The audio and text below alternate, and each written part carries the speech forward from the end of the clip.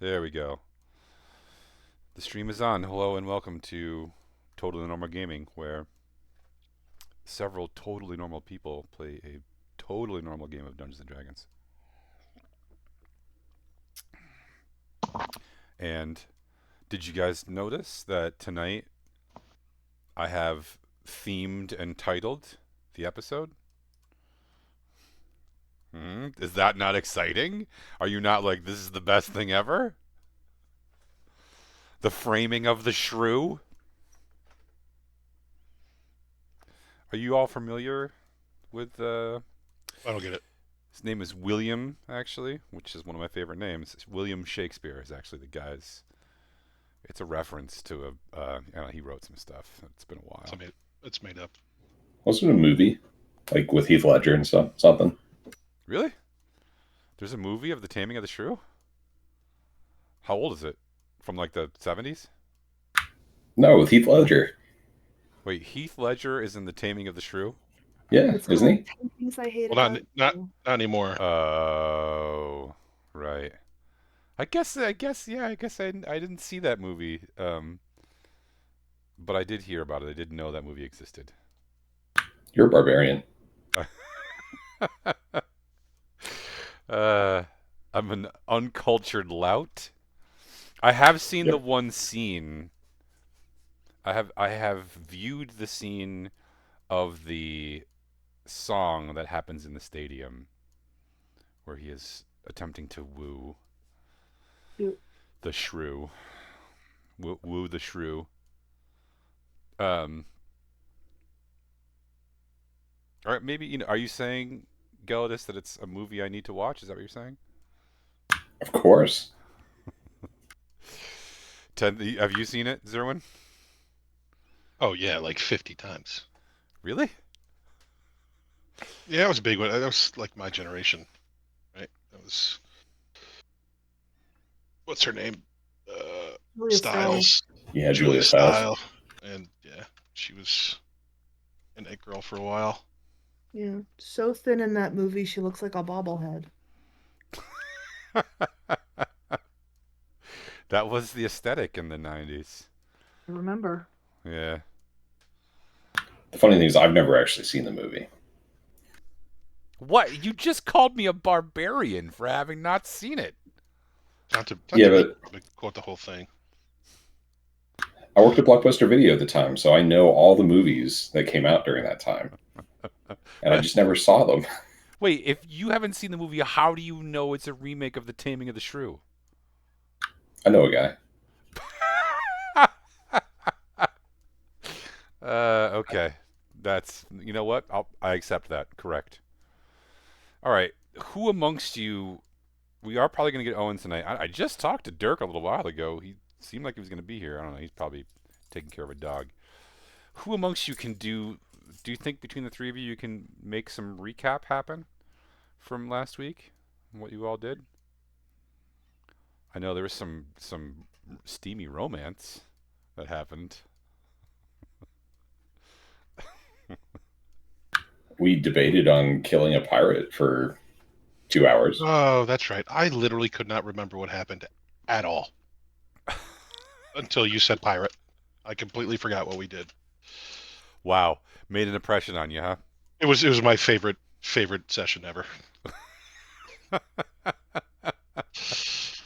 Yes, we Yep. debated on killing a pirate who did nothing but what he said he was going to do to us the entire time.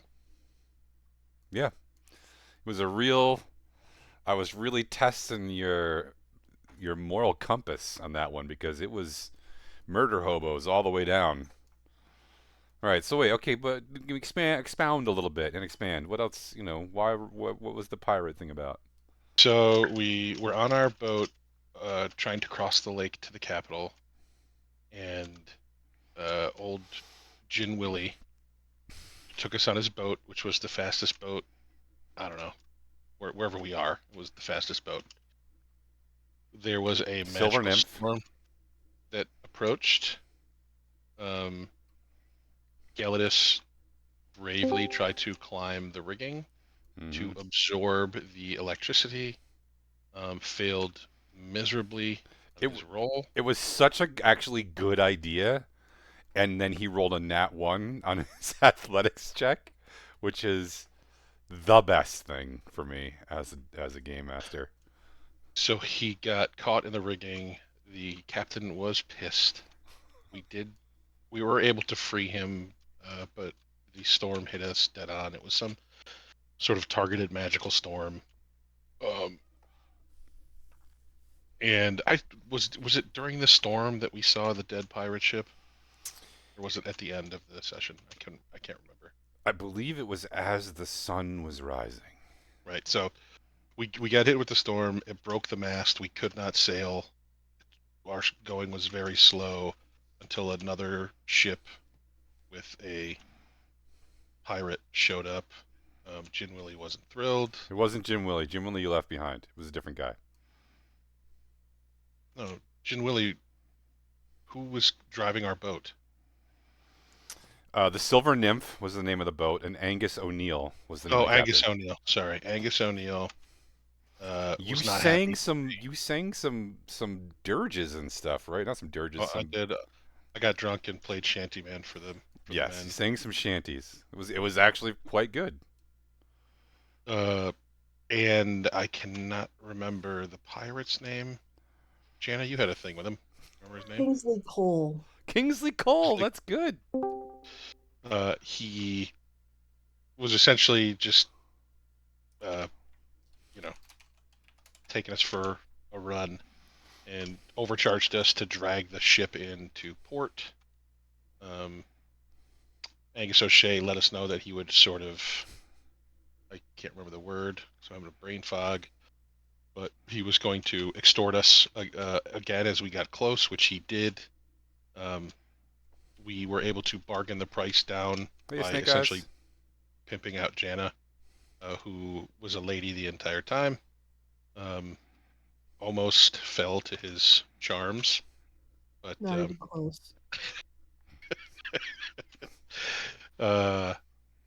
and I was jealous of the date. It sounded like a great time. That was one of the better parts. But he did get us safely to port. Angus O'Neill was embarrassed and upset, but there was nothing we could do. And I think we left him on fairly good terms. He was mad at us because the storm was obviously targeting us, but we didn't technically do anything wrong except get caught in the rigging. Dirk was like, I think this ship is cursed. And then That was right as the sun came up, we saw sort of a ghost ship, Black Pearl type boat. Yeah, it does make sense, right, Snake Barbaros as the captain. That was another great part. Someone was like, "Oh, that was dark." And Servant goes, "He waved. It wasn't that dark." Yeah, he was, he waved to us. But so now we are The essentially, archdemon villain waved at us. yeah, it was some sort of ghostly projection, we think. Yeah, he wasn't. Wasn't actually him. Yeah, Cool. I think I take out the tip of his finger and wave back. you actually we did talked- do that. Yes, We did talk about that. We had you do that. you So did. You took out his Um, pinky that you took, the half of his pinky. and I think we did get a list of everything that Gelidus bought for his 100 gold. Mm-hmm. I think he threw one of the figurines or gave it to him. Yep, one of the figurines. We also gave Kingsley Cole gems instead of gold because we had a bunch that were just sitting around. And I think Jana has to buy him a drink, if I recall. So we Yeah. will need to catch up with him at some point. And The guy that extorted us. Yes. yes, He said he'll find us. What I if said I, he- One ominous What if I voice. gently held his head under the water until he drowned? we talked about this. Believe me, We my talked about this. opening- Go My ahead. opening offer was we kill everyone. I was talked down to being civil on a date I didn't want to go on. I'm with you. Let's kill everyone. Yes. I'm a paladin. We couldn't have. There were like 170 of them or something on the boat. We literally That- could not have. I can take 170 people. 150. It's a good thing Yeah, you weren't here. we did the math. We could do it. Yeah, I mean, like 3 of us could do it. I'd like He to. also didn't do a single thing wrong. He didn't make any unwanted passes at Jana. It Huh? sounds like he did exactly that. He He didn't. wanted passes. But he didn't extort us. We had to get towed in. Like, was he going to do it for free? We technically weren't really extorted. He probably took us for a little bit more money than he could have, because he said it was more dangerous than normal because of the storm. But maybe he was right. We don't technically have any proof. He did do exactly what he said he was going to do every step of the way. And he wasn't handsy. He wasn't mouthy. He was very respectful when Janet got on the ship. He asked what you wanted to do. Right? He just said he wanted some company. It's been a while. He didn't. Yes, he probably charged you more, but he did everything he said he was going to do when he told you he was going to do it beforehand. Look, I didn't murder him, so No, I feel very even. That was excellent restraint. I think Jana got all the deep Dangerosa points because she I didn't earned kill him one. and was yes, you did. But also, it might be useful to have a guy like that on our side at some point. Jana, if you want to, like, murder him, just give me the signal. I will help you. Thank you. Is the Yeah. signal aubergine? The signal's here we whatever go. you want it to be. We're back to Whatever you to want. aubergine. It can be aubergine. Is the signal an emoji for penis? Because if that's the signal, then we're in. Okay. You also, just to finish this out, because we're going on 15 minutes of recap here, and it was pretty good, I will say. But then you went to the capital of the region, right? And you were escorted to the grounds where you met up with Kalis Cornelii, who said, "Welcome. We need to talk. Please rest yourselves, bathe yourselves, walk the city, do what you want. Meet back here for dinner. We'll talk then." And he, basically placed some trust in you and said, "Enjoy yourselves, and we'll talk business tonight." And that's where you left off. So, I'm getting messages. Hold on, let me check my messages real quick. Okay. Sorry, it's not important.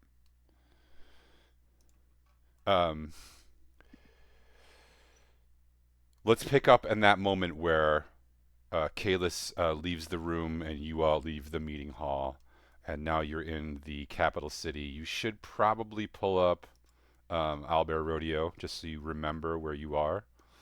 There is a massive estate, and the entire, like, basically what would be considered like 2 city blocks or 1 very large city blocks have been blocked out for this estate. And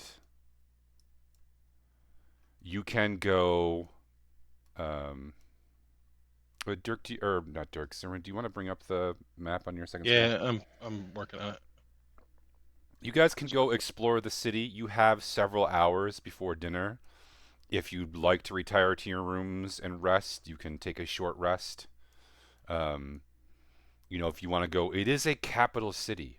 There is tons of stuff to buy here, and it is harvest season. So not only is there the sort of stuff to buy that you would normally find in, like, a major city, but also because there's so much goods and services and money flowing through right now, there's kind of extra stuff in the city that there might not always be. We talking gourds? What are we talking here? Yeah, man. You want some, use all sorts of stuff. I think we should buy Jana some rotten gourds so she can throw them at fuckface. So that thing I just highlighted there on the map is the estate, along with the rest of that empty block that's next to it. That is all just this massive estate. So you can see Everwell Reach, where you are now, is sort of the wealthy area of town. You can see the Silk Market, right, which is closer to the lake and the docks, is massive. So even in, like, the quote-unquote off-season, this city has a massive market area. The Forge, which is off to the west, we just lost it, but I'm assuming you're trying to put it back up. That Forge area is where the sort of brick and mortar maker spaces are, right? So there's actually forges there, but there's also places that make pottery. You know, oh, did Owlbear Rodeo go down? I did get a Um, warning that there's some sort of. I have to go to systems. I don't. The picture went away for me, and I had to log out and log in. Yep, I just had to do the same thing. Yeah. At any rate, that's a brief overview, and you should now be able to decide what you'd like to do with your time, friends. This is the capital, you said? This is the regional capital. So you have to think about the empire as a series of kingdoms. Before the empire was formed, this is one of the kingdoms, and this was the kingdom's capital. It is not the empire's capital, so it's not Rome, but it would be like, one of the province's capitals would be the. Okay, so Oak Crown would be, in theory, where all the bigwigs are, because it has crown in the name. It isn't. Never mind. Yeah, you'd think that, and you'd be correct when the city was founded. But since then, all the bigwigs have moved to Everwell Reach, and Oak Crown has become actually a buffer district. Yeah. Dark Square. I'm buffering. Yeah, yeah. The red sprawl, which is where the really poor section of town is on that northeastern side. The Dark Square is it's not as notorious bad as it sounds. It's like a lot of entertainment. Um, and then this says trade district in the center there, but actually this time of year the silk market is much busier. Well, yeah, you can go shopping. You can go exploring. Like, is there anything? This place does have things like magic shops, right? Stuff like that. We don't have enough money, probably, unless we do. I We only have do. six. I only have 681 gold. We have more. Okay. Yeah, I have 17,000. Oh, good. You guys should go shopping. I can't use magic items. So Why? if I hold them, my axe will eat them. So How long until your axe eats them? that's a good question. I don't know when the last time it ate, to be honest with you. Because you could. I mean, is it attuned items or is it any item? It's just any magical item. That's why I had to give the necklace to Jana. And I bought a bunch of enchanted javelins that just for it to eat. I don't even throw Is them. this axe worth it? Yes. Okay. You A could barbarian. check your javelin stash and see how many you have left. Let's see. I believe you purchased 20 or like 18. Yeah, I've got yeah, because they're just javelin plus ones. I've got 16 left. I bought 20. I've got 16 left. You should mark that off. You have 9 left. 9 left. Okay. Delete. Also, we need to figure out what we want to say to Kalis, which we were supposed to do in downtime, but we didn't. Sorry. What do we need to say to him? We're about to have the makeup meeting with the head of the house, who the last time we sort of spectacularly whiffed it. Now we have to have another conversation where we tell him about the fungus zombies, and then also our larger strategic goals, like replacing the Emperor with Skip. Yeah, he's our entrance into talking with the other major families. He can get us. He may be able to get us an audience with the other families. He also can help us with food for Drunel Hall, which he's already doing. Yeah. But we probably need to talk sort of a bit larger contract with him. Yeah, we were really sort of hoping Ezra would be here for this one. But we do want to know. I do want to know what they know about the zombies, because they sent us up. But when we told his daughter that one of her guards was an undead niece, that one of her guards was a fungus zombie, she seemed 0% surprised. So they know something. Like when they sent us to find out about this, they knew something about it. To be clear, you didn't know it was a fungus zombie at that point. You just knew it was a doppelganger, and you sort of discovered what they were as you think. But yeah, it's true. She was 0% surprised. And you do know a little bit because remember you met his middle son, um, who was Yeah, we traveling killed. with the cavalry. Yeah, we killed the middle son's captain. Yeah, that's true. I'm still amazed that you guys walked away from that one. Pretty bold. All right, so where to, friends? Would you like to go shopping first? Sure, let's But hit the shops. yeah, might as well hit up the magic item shop, right? I will accompany you guys. Okay. Um. Okay. Uh, the most famous one, and by far the biggest one, is called Hamish's Haberdashery, and um, it's like got people walking in and out of it as you get there. It is sort of in the middle of the Forge district, which is to the west, yeah, over there. And it's quite large. It's 3 stories. You know, we should probably grab a couple like healing potions while we're here too. We've had a couple of close calls. Um, the double doors, as you pull them open and enter, um, there seems to be like some a rather well coiffed, neatly dressed, very clean looking man, maybe in his early 30s, who like steps right up as you walk in. Hello, friends. How can I help you today? My name is Sven, and I will be your guide through the haberdashery today. Yoo-hoo! Sorry? Nothing. I was out of game.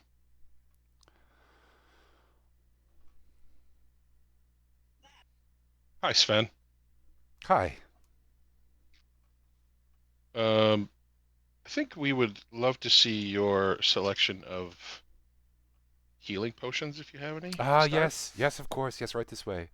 Um, he starts walking and sort of motions for you all to follow him. The as you walk through, he starts mentioning a few things. There's like a showcase area in the front. Um, you see, for example, a pair of boots behind some glass. Those are fantastic. They are Earth Rumble boots. Always fun in a pinch. We have, of course, the best prices on anything, anywhere in the city that is magical. I can guarantee you that. And we have a price match guarantee. So if you find something for cheaper someplace else, you can tell us what that price was and bring us the item, and we will match it for a second item or do better. Anyway, there are some other things that I think you might be interesting. For example, there are some. This cloak here is called a cloak of daggers. It is fantastic. It's resized itself to fit the wearer. It has many uses, and he's sort of wandering through and definitely taking a circuitous route through the circuitous route through the store to get you where you see in the back corner there is a like um, 2 walls that are just full of hundreds of potions, and there's some like of those ladders on rollers in the back. Um, Is perhaps I this can. all you got? Oh no, sir, no, sir. There's 2 other floors. Was there anything you would like? Oh, you wanted the potions. What kind of potions would you like, sir? I think, as a group, we could use some health potions. It's a Sure. little hairy out there. Sure. How much do you need? Lesser healing potions, or perhaps medium healing potions, or some greater healing potions? What kind of potions do you need? Oh, can I interest you in this anchor? He literally points to this like giant anchor that's sitting in like a display area. It's called an immediate anchor. It's fantastic. To do. Well, what doesn't it do? Uh, well, for example, this one, for example, if you say anchors away, It will exert 4,000 pounds of force immediately. And here's my favorite part about this thing. You ready for this? Size, he says. It like directed at the thing, and it shrinks down to be able to fit in your pocket. Huh? Isn't this thing great? It's How much fantastic. is it? Uh, well, normally it's 7,000 gold. But for you, I would sell it for 4,000. But today only. That sounds really useful, guys. Oh my God! You brought the Kender. What are the chances that that ends up in your pocket if we don't buy it? I whisper to him. Only if it wants to be in my pocket. He says size again, and it becomes the size of a normal anchor and goes back on its stand. Okay. I don't really use health potions, guys, and I haven't even come close to dying. So, I don't care what size we get. We just ought to have a few. It's just taunting the GM right to his face. You are definitely going to die in the next battle, or Didn't the you one almost after that. Well, I haven't. I don't think I've lost a health point in like 2 or 3 fights. You did have something explode in your crotch, and pretty sure you came pretty close to dying with the dragon fight. But yeah, the last couple fights have been easy on you. That was like 9 months ago. At this point, probably greater healing potions are going to give us the most bang for the buck, probably. How much does he? Is it just subjective, or how much does a greater do versus a medium? Oh, there's like a hit point health amount. I don't have it written down here, but it is, yeah, it's more. It heals more hit points. Oh, sure, yes, And absolutely. Help yourself. He points to the thing. And it's like there's a rack where you can select different like range healing potions. He looks at you, Zero, and he's like, "You though, you. I'm guessing you are what some people would call barbarian. Is that correct? Job wise, not personality wise." yeah, I mean, we Hey don't really like that guys. term. We don't. But go ahead. Yeah. You might. Can I just show you something? I'm just gonna show it to you. No pressure. He goes behind the counter and he pulls out this shirt that looks like it's made of human hair that has been woven into a shirt, right? But like short human hair that's been like tied and tucked, and it's like an entire shirt. It looks awful. It's just like the worst. He's like, this, I think you might find super useful. What is it? So, when you wear this shirt, if you purposefully injure yourself, you can heal any one of your friends.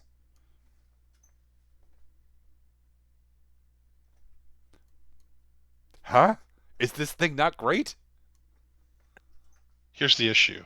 Yeah. I have an item that tends to eat other magical items Oh, if I hold on to them. I see. Yeah. So it's a That cool shirt. No, this would look great on you. All it would go with your hair. You could wear it under. Do you wear armor? I don't even know if you wear armor or not. Do it's light spiked armor.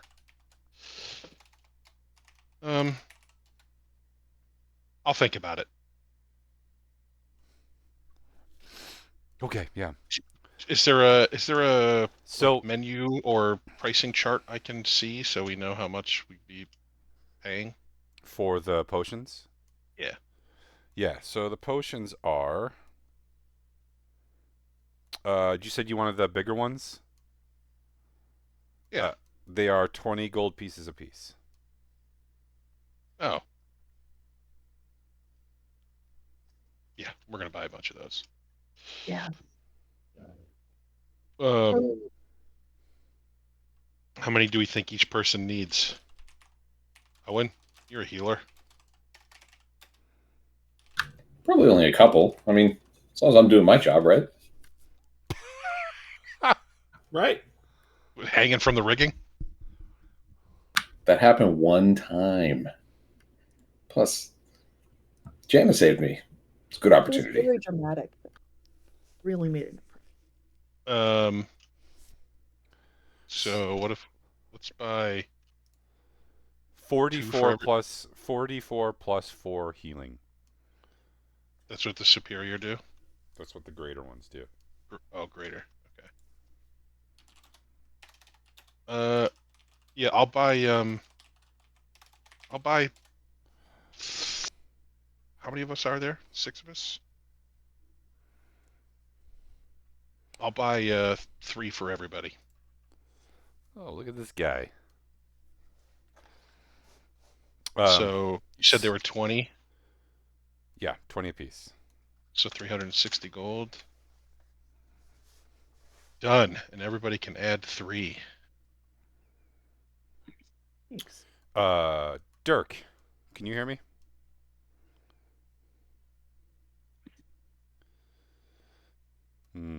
Dirk, if you can hear me, say something when you can hear me.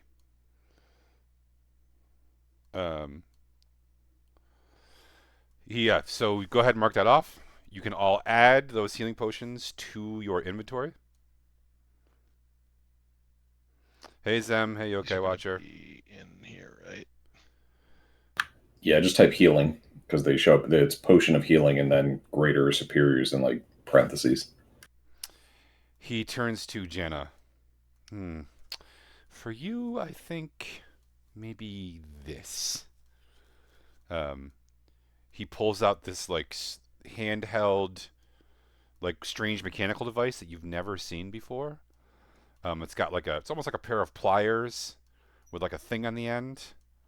And he's like, this, be careful with, but if you're interested, you can open a hole, a 5-foot hole in anything once a day.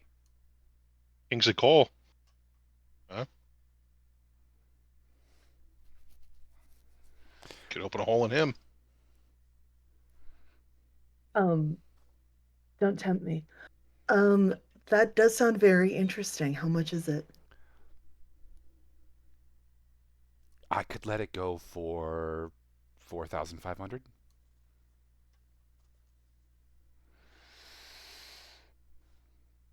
What else? What else? Do you have any +1 javelins? Yes. You'll have to follow me upstairs to the missile lounge. Okay. Is there anything else here people want to look at before we go upstairs? Do you have anything for poison resistance? If we keep fighting these things that explode into clouds of poison gas.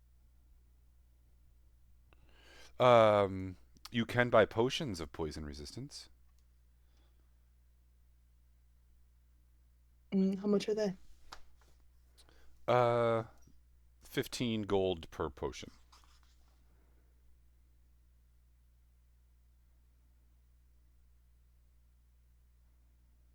I mean, some of you guys are resistant, but I don't think I'm particularly resistant to poison. We'll buy 10. I'll spend 150. Okay. Mark those down.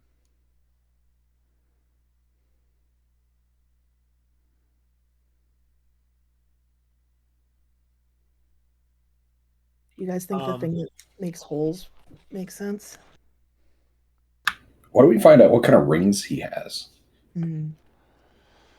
Because I don't think a lot of us have those, right? Like at least not magical ones. I can show you my favorite ring, if you'd like. Come this way, please. You have to go to the opposite corner of the first floor, where there is a whole section of just rings and earrings, which is next to the necklaces section. And I touch everything as we're walking by, like a child. Almost everything is behind glass, so you can really only touch glass. Damn it. Yeah.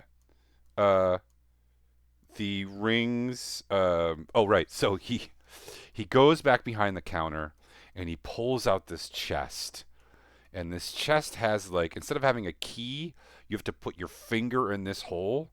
And he's like, and he pulls it back out, and there's like a little tiny burn on his finger, and then like a little wisp of smoke appears, and like the Oh, top of it opens.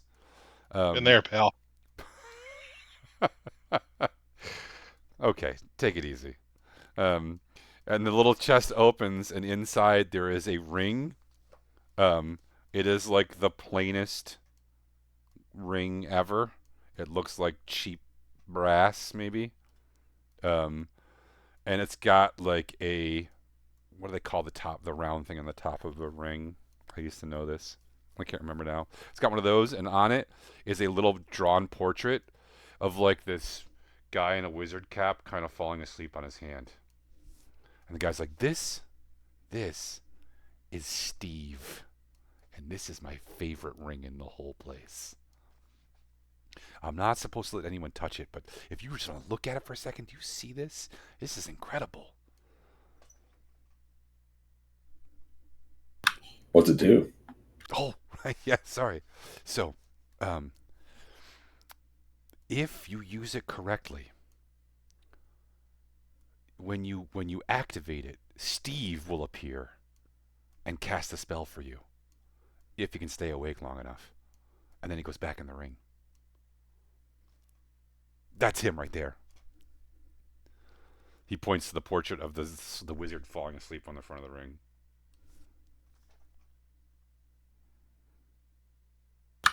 Does Steve talk to you Uh, while you wear he's, the ring? he's not much of a conversationalist. I actually can't put the ring on. Um, rumor is he's pretty quiet most of the time. We should totally get this for Ezra. I agree. This is one of our most valuable items. What's our one-time deal today? I don't know if I could part with it for less than 27,000 gold. Geldos turns back to the rest of the group, obviously not having that much money. You are Steve. Wake up, Steve. It's your turn. What do you guys think? Maybe Well- Steve and the book will have arguments in his head. Hmm? Oh my god.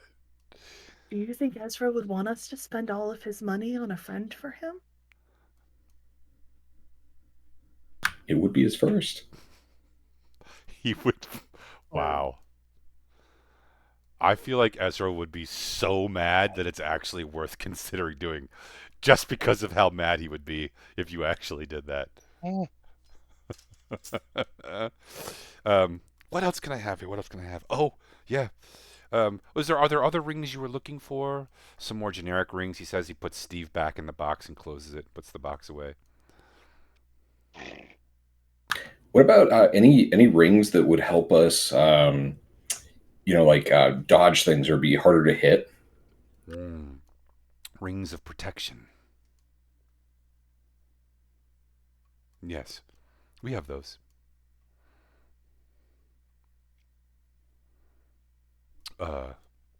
How powerful a protection ring are you looking for? Small, medium, large. Probably just need to know the price range. So if we went with the best and then maybe the worst, what the prices on those? 750 gold to 7,500 gold.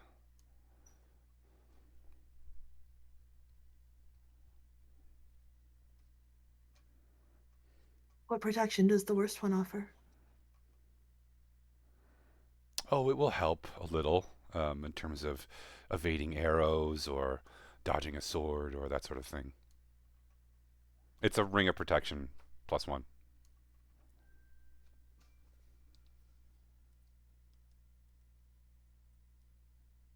And what's the better one? The one worth 7,500 gold? 7,500. Yes. That would be the ring of protection +3. Then there's a middle one. Sven looks like he might be getting a little bored, and he's like, "Oh, can I show you this over here? Look, check this out." And he walks over to this bottle, um, and he pulls out this bottle, and inside there's like a dark, swirling smoke. Um, and if you look closer, it looks like there's like little creatures moving inside. This thing is wild. It's just got a little cork in the top, and he's like, if you take this cork out, crazy things happen, kind of unpredictably. Like some sort of stampeding herd of animals will pour out of the top of this thing and then have a stampede and then go back in the bottle.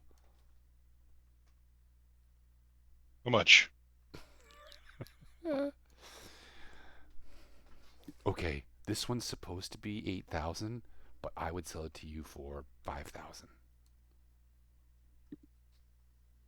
I don't know all of the animals in here, but I've heard there are cats, bats, hogs, spiders, sharks, and of course, the uh, aurochs.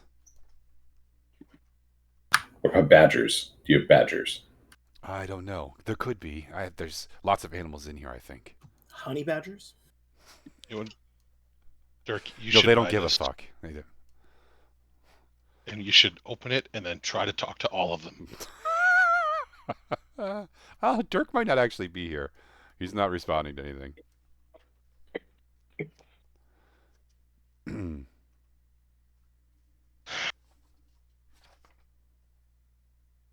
Well, He guys, looked in I'm his down to car. I'm down to spend some cash here if people want to get something fun. I just can't hold it. I'm up for it. He looks at Owen and he's like, hold on. It's coming to me. It's coming to me. Don't move. Don't move. Don't look. Don't look away. Don't look away. Look at me. Look at me. Okay, I got it. I've got it. I've got it. I look Dwarf away. throwing. He comes out. He goes in the back and he comes out with this vest, and it is like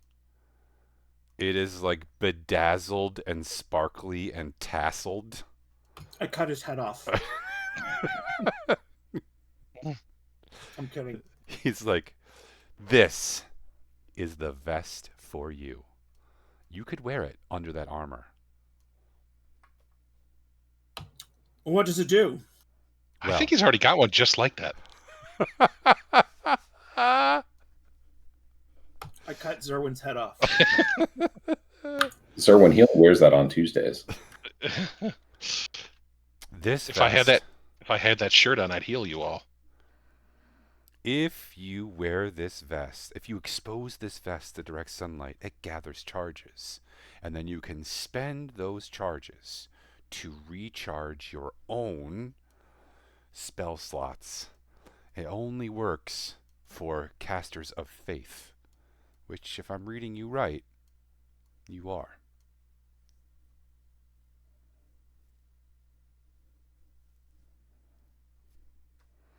And it looks marvelous. It would look very good on you. How much? This one is a steal. We just marked it down to 3,000 gold. Oh, From 2,000 gold. From 3,400 gold. do you have one that would fit the little fella? Magic items resize automatically. Oh, I'd wear it. so we could pass that one around. Ezra could use it, maybe. Ezra can't use it. Ezra's not a caster of faith. I don't know. That book seems a little religious to me. Could always try it, see what happens. This one is my favorite. I think your dragon friend would really like this. He pulls out a dagger, or perhaps the lady. I can't decide. It's a carbonized blade, so it's black. It won't reflect in the night lights, torches, or moonlight. It's a sneaky sort of thing.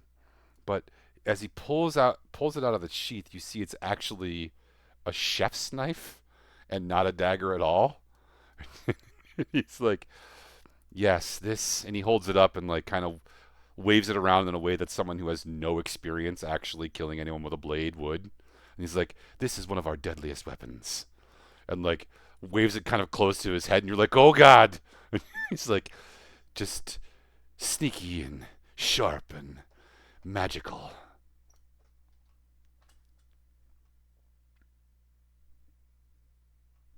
You want to know what it does? You want to know what it does, don't you? Yeah, you do. Yeah. Okay.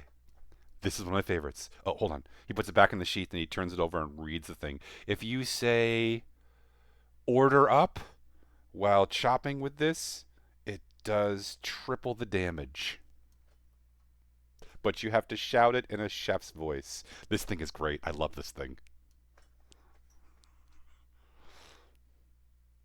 So you literally have to yell "order up" every time you chop with it. You might want to practice your order up, sir, but yes. You've clearly never worked in a kitchen. I've slept in a couple kitchens. That does, yeah, that tracks. Well, passed out. I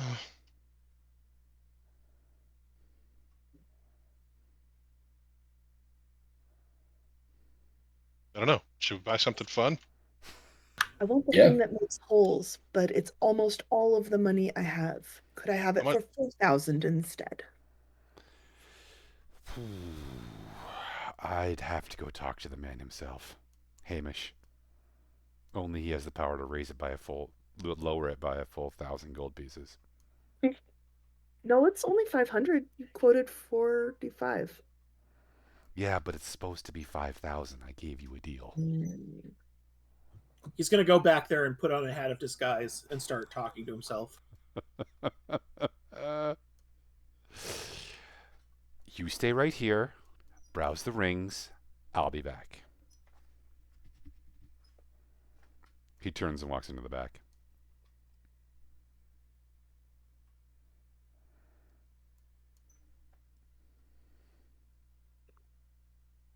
Some very interesting things here.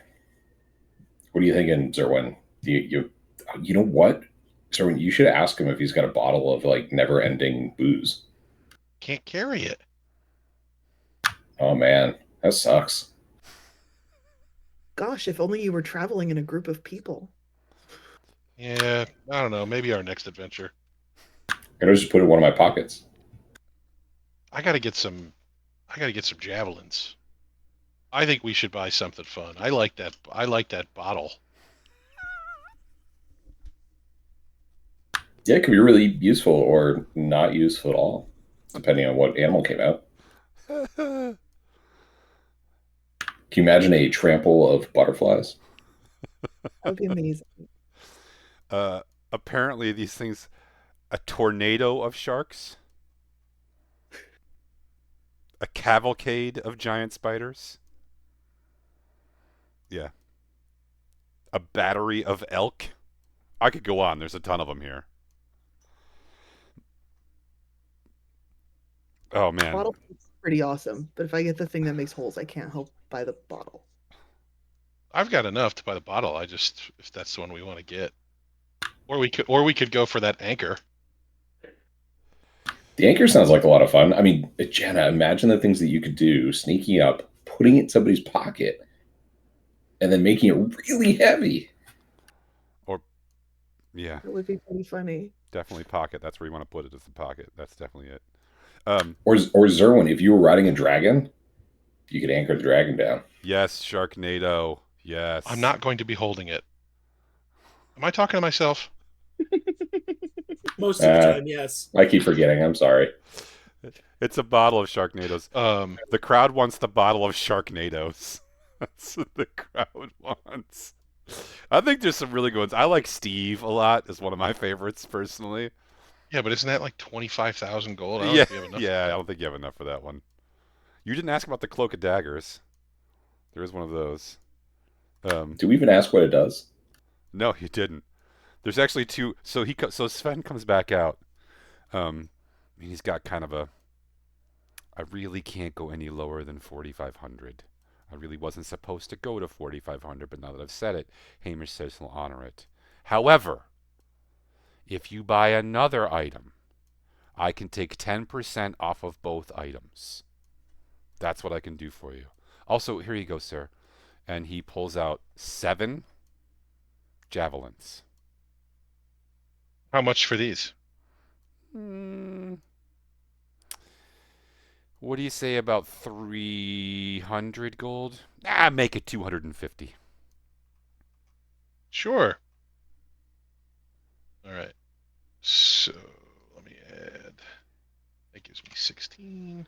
He he he walks up to Gelidus and he looks at Gelidus and says, no,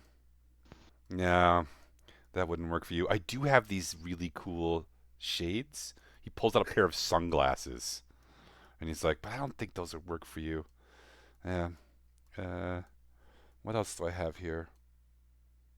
Oh, hand wraps. Anybody like any pugilists here? No. Uh, Oh, I know. This one's gonna be great. You're gonna love this one. He goes and he like reaches into like one of the things and he pulls out a marble and puts it on the table. And he's like, "Ha, love this little thing. It's fantastic."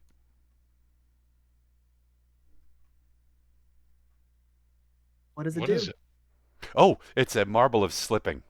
Yes.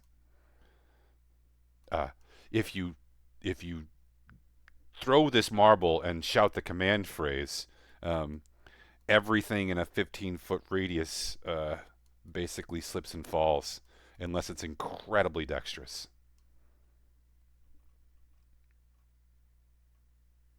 I probably shouldn't say the command phrase out loud. That's amazing. Please do. The command phrase is slippity boppity boom. Slippity boppity boom. That's ridiculous. Okay, all of you make dex yellow. saves.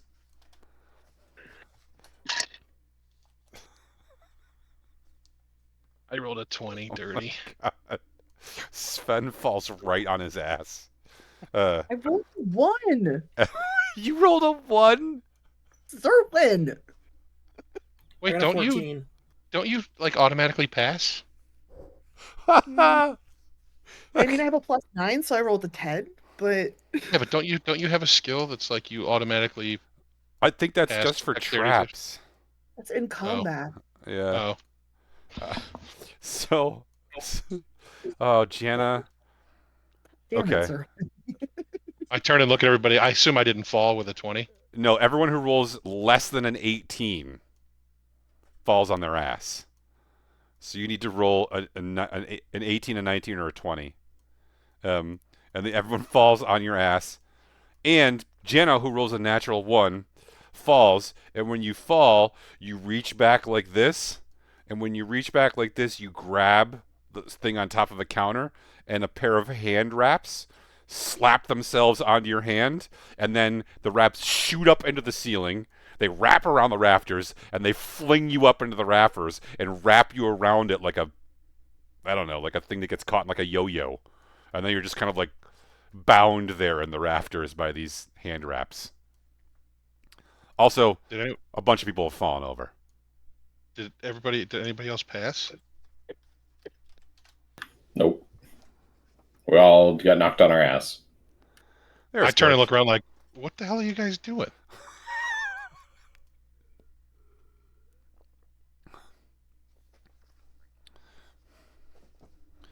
You said the word Zerwin. So we all fell down.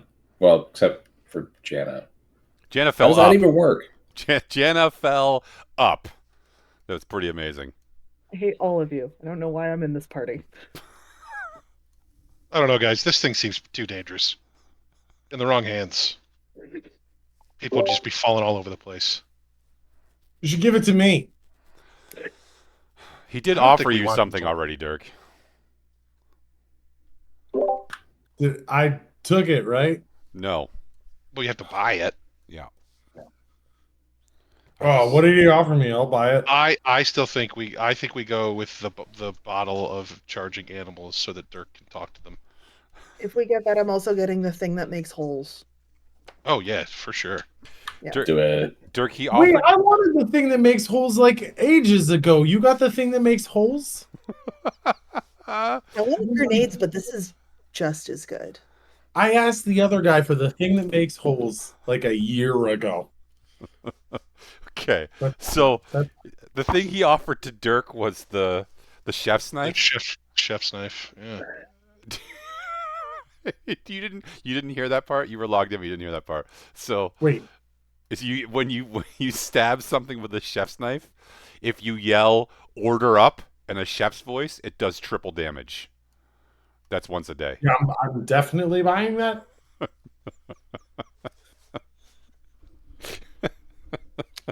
it's I don't even. How much? Nobody even told me a price. What's the? 2,500, Dirk. I just lost my D4 somewhere. Yeah, I'm a this is mess right now. absolutely- Does he have any more really expensive shit? I'm trying to get rid of some shit, some fucking money. Yeah, everything here is super expensive. These guys have been hemorrhaging gold just thinking about everything. Dirk, there's a magic item called Steve. You should buy it. That one you can't afford, I don't think. What? How much does it cost? 20. What did I say it was 26,000? 21. 21,000. What is Steve? Let's just have a conversation. Steve is a magic ring. I don't want to go over this again. Steve is a magic ring that when you say the command word, a sleepy wizard named Steve comes out and casts a spell for you. Guys, does anybody have 17,000 gold?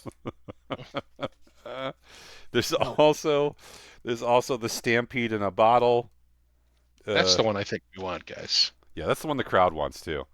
All right. Stampede in a bottle? All right. Well, I'll buy the Stampede in the bottle, Okay. and that way Jana can get her 10% discount. Okay. Yeah, I'm we getting- both do. So, Jana, you take 450 gold off that, which would make it 4,050 for that stampede in a bottle. Or sorry, for the hole punch. And the stampede in the bottle is going to be 4,500 gold. Total. That's Or- for or is the that that's for the stampede in a bottle. is that with the 10% discount? Yes. Okay. So 4,500. I will And buy Dirk, that, do and you want to buy the chef's knife, Dirk? Yeah. The chef's knife is 2,500 gold. I already deducted it from Okay. my golds. and I will hand that bottle to. Wait, You know what? Let's give that to Ezra. Okay. All right, so here we go. Just to be clear, the hole punch, so now we're talking game mechanics. The hole punch can put a 5-foot radius hole in once a day in anything, supposedly. However, it also has a 10% chance of opening a portal to another random plane. Oh, Yeah. This is the thing about buying magic items. The people who sell them to you don't always tell you everything it does. is this a portable hole? Or No, is that's something else? it's called. I'm just gonna call it the hole punch. The Okay. sh- More the of a holeable portal. yeah, that's good one. Good one, Kyle. All right, so the chef's knife is +1 attack and damage rolls. Its normal damage die is 1d10. However, once per day, and you hit with it, if you yell "order up" in a convincing chef's knife, and or chef's voice, and I have to be convinced, then the blade will cause an additional 3d8 slashing and 1d10 fire damage. I'm gonna kill so many things with this. Yeah. I can't wait to just be in like a legendary boss fight, and you're just yelling "order up." Order up! Uh-huh. And the When stamp. you say you have to be convinced, you have to be convinced that I am a chef, or you have to be convinced that I mean it. Yeah, the latter. Yeah. Okay. Yeah. The stampede in a bottle. You roll a 1d20 You tell me what you've rolled. I'm going to rotate it so you don't know what it is every time. Um, but you will get a 30-foot cone in front of you. You activate it um, by yelling, "Release the hounds." You pull the cork out.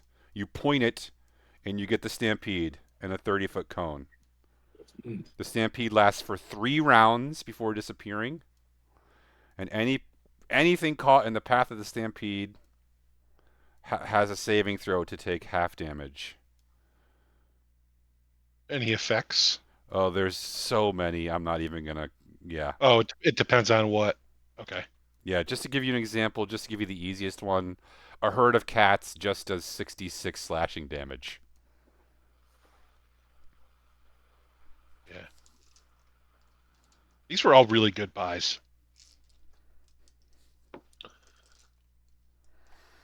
Does this person have anything for 4,000 gold that I could just get in there with? That anchor was only 4,000, wasn't it? No, the anchor was 7,000. He said he could give it to you for 6,000. Um. Oh, absolutely, sir. Absolutely. Great. Oh, Dirk, I don't know if you heard. You have 3 greater health potions in your inventory now too. Sure, I do. You could purchase this vest. He pulls out this vest that he previously offered to Owen. I don't think it'll help you though. I'm sorry. It does look very nice though. It's like bedazzled and bright and has tassels all over it. Nature magic is divine, so it would work. It's got divine magic, you said?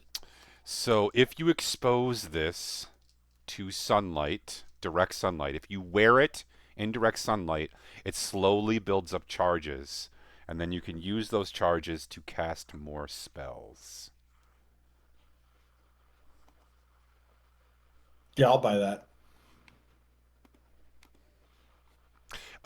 3,000 gold. Great. Hello, cat. Cat. Look at Geldis being overrun by cats. Geldis, you're surrounded. Yep. I am there. I'm eating seaweed, and they've decided that seaweed is their food. Mm-hmm. All right, friends, that was pretty good.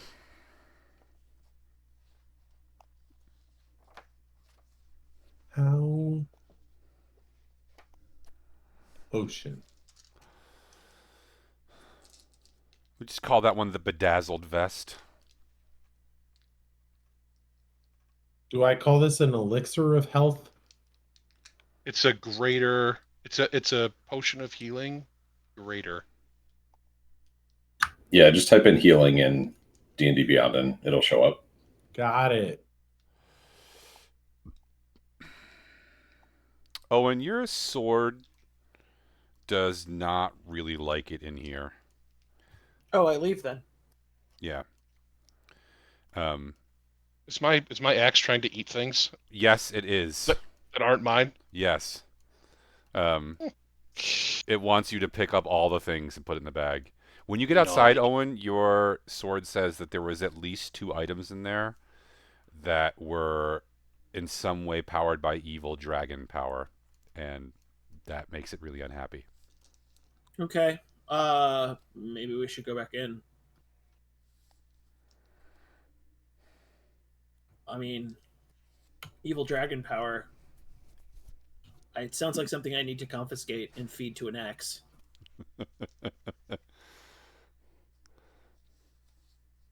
I'm not going to be great at. You're going to have to show me every item in there, or like bring it close enough to me. But there was definitely some black dragon, like magic in there. Okay, I'll go back in. Okay. I'll hold I'll hold my sword and just like pull it slightly out of the scabbard and go do TSA wanding of everything, I guess. Oh, In a what are really you doing? awkward- I'm checking something. What do you see? He was doing the sword stuff. Checking everything. It looks like to me. I'm checking everything. Oh, you checking stuff? Like Yeah. checking stuff? Yeah, I'm checking stuff. Something's weird. Can I come? Sure. Sweet. I join him. I'll whisper to him. My sword said that something in here is draconic and evil. Oh, dude. It wasn't me, was it? No, I was just gonna say that. you're draconic and chaotic. I know. Obviously. Obvi. Clear. I know. You're not inherently evil. I mean, you're I- just an inspiration to the rest of us. I'm just saying, do you need to like tear your sword with me before you go in or something? What do you mean by tear my sword with you? That Not sounds. not rip tear, like set the scale tear. Like, have you ever been to a co-op? Um. Wow. Oh, I Wow. see what you're saying. I see what you're saying. Tear, weigh the sword or something. Do you want me to hold it?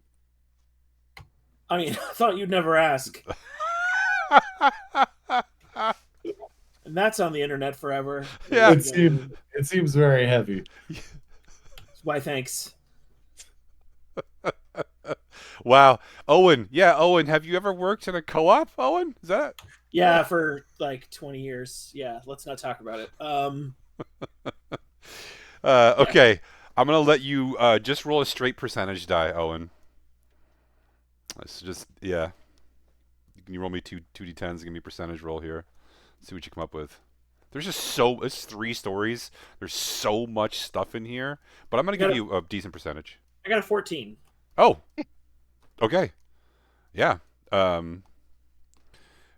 After about a relatively short amount of time, after about 15 minutes. He got a 14 out of 100. I know. I change up the percentages. Either you need to score really high or really low. Yeah, he had an 85% chance, and he got basically an 86. This comes from like old school. You guys don't need this because I trust you, but it's a habit I developed way back when I was DMing when I was a kid. I would change up the dice things, so if someone cheated, they'd be like, "Oh, I rolled a 20." You know what I mean? I'd be like, "Oh, like that actually failed because you needed a 1 or whatever." It's dumb. It's just a habit I have. But I said it beforehand. My rolls are public though, so Oh, because you're rolling on D&D Beyond. yeah.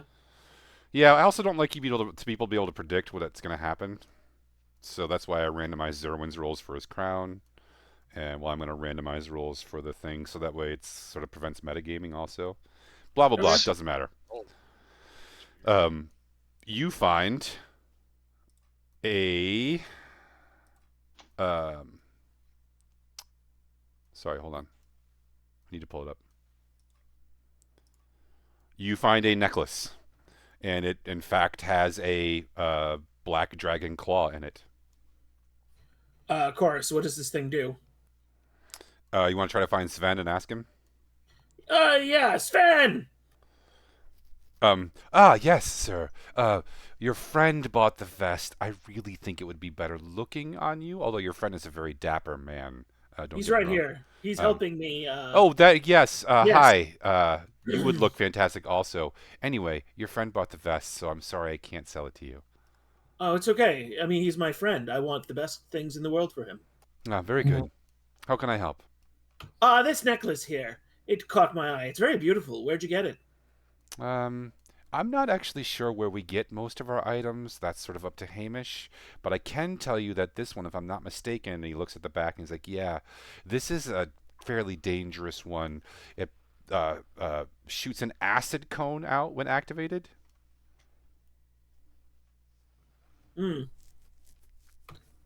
Okay. So it's just that it's made with evil draconic elements. It's not that it's a cursed item or anything.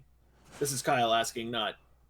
Yeah, it's made basically from like from a black dragon that somebody extracted the things from. Yeah, but your sword still really doesn't like it. It's like fuck that thing, basically. All right. Well, I'll say Thank you for your time, and I'll go back outside. Okay. Everyone leaving? We good in this Hamish's haberdashery for now? I'll try to come up with more magic items for the next store we go to. Well, we're gonna need money That's true. because, like, yeah. As you exit the building, there is some shouting, and you see that across the street and down the street a little ways, some sort of brawl has broken out, and it's looking like these 2 guys are getting beaten pretty badly by these other 9 guys. Who started it? You don't know? I don't know, but I'll tell you who's going to finish it, and I run right over there. Get in, Pocket Butter. You can do it. I believe in you. Butter him up. He can probably do it. I don't want to marginalize his efforts. Are they? He's so strong. Is it just fists or their weapons? No, it's just fists. It's 9 on 2. They got one guy down there beating him pretty bad. The other guy's kind of like managing to hold the other like 4 off. But it's, he's taking some licks too. I would like to run directly at the... How many are beating the guy who's on the ground? 4 of them? 5. I'm going to run and just dive at all 5 of them. Okay. I'm like I'm bowling. I'm just gonna This run. is when we find out that the 2 guys are really bad. I'm gonna tackle all of them. Okay. Maybe roll. Is anybody else going to participate in this? The rest of you just watching. Nope. He's gotta, he's gotta He's run doing before he can crawl. the bowling thing. Watch, he's gonna do the bowling thing. You wear them till you learn, son. You wear them till you learn. And then you wear them again out of necessity. All right, what do you want for a roll? Make me an attack roll. It's unarmed strike. Unarmed strike? Yeah. A 26. Yeah. The Zerwin the human bowling ball. Yeah, so what's your goal here? You want to try to grapple a couple of them? You want to try to knock as many over as possible? I want to knock as many over as possible to get them to stop essentially killing this guy. Okay. That's it. All right. Why don't you make me a... You know what? What's your strength? 18. Yeah. 18 strength with a 26 success. All right, we'll say that you knock over 3 of them with your run and dive. When you do that, when you knock over the 3 of them, you guys smash into a cart that was behind that was full of cabbages. And the cabbages spill out all over the road. And someone shrieks, "My cabbages!" And then everyone stops. Everyone on the street stops, and they all like... The guy who was getting beat up even like starts to like crawl away. And then everyone scatters and takes off running. Bill, did you watch Avatar recently? No. No, I did not. I do as well. I just get up and run. Which direction? Let's see. Where are we on the map? You're over by the forge. Hold on, I'll point out exactly where you are.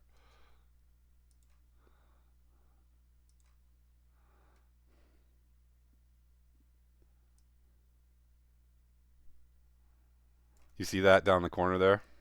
No. Do it again. It's so hard to see. Why are the pointers so tiny? Okay. All right. And we're right. Are we right in the... Yeah, right in the border, and that's why behind you hit the market things. My cabbages! And did you see like a little boy who was knocked over in the fight? Hold on a second.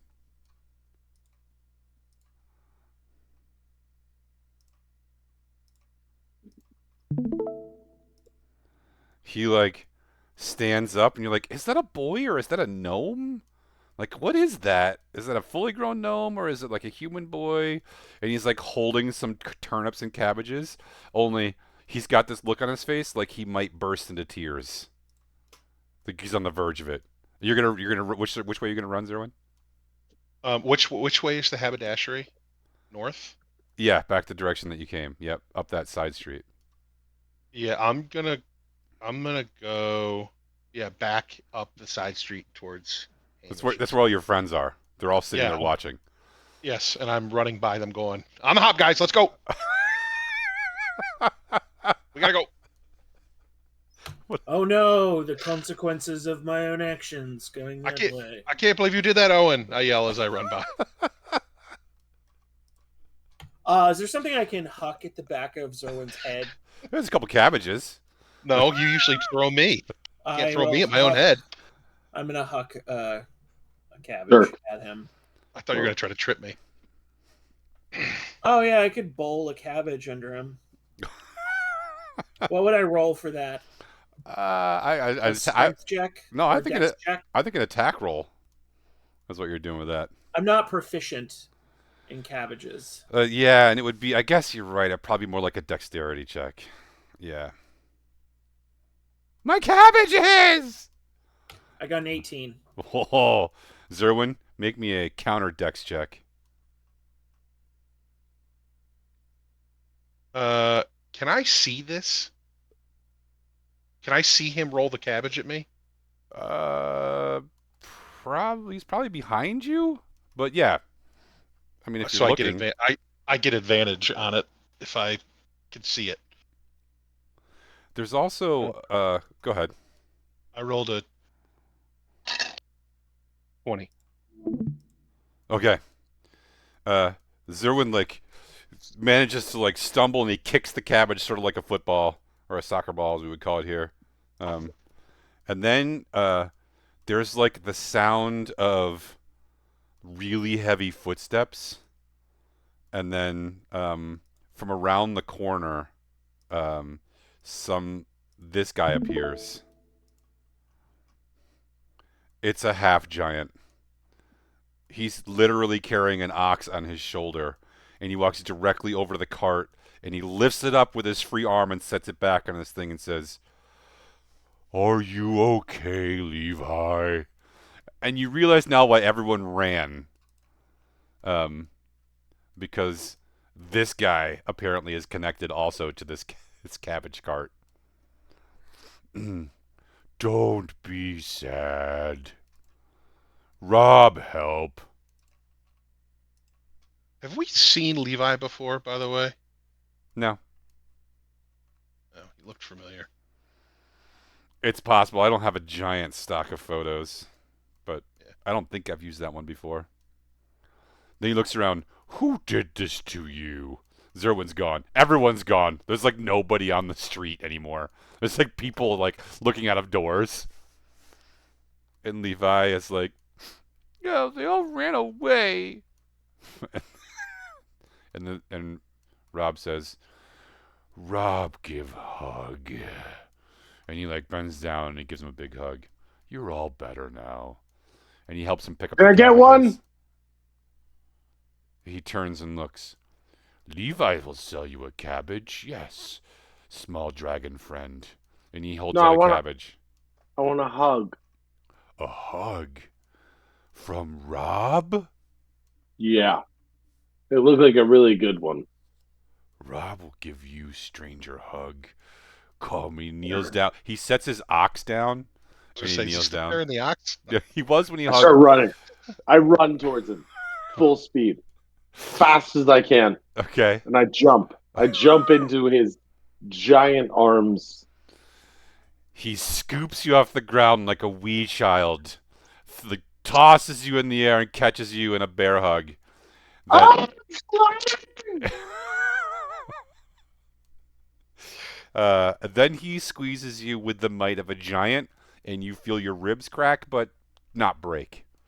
Just like groan a little bit. And you're like, "It actually really hurts." And he's like, "You're a very friendly dragon. Thank Your you. sciatica is cured, so you're good. Yeah, exactly. I was like, are you a chiropractor? Oh, you're lumbago. It's all about Roberto? just Rob. Then like his dazed ox has started nibbling on one of the cabbages, and he's like, Herman, no.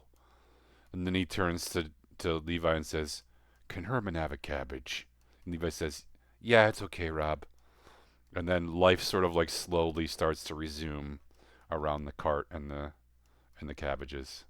Okay, so I've made a loop of that little corner block and have come from the other direction to meet back up with everybody. All right. So now we're the spicy oranges and the cabbage bandit.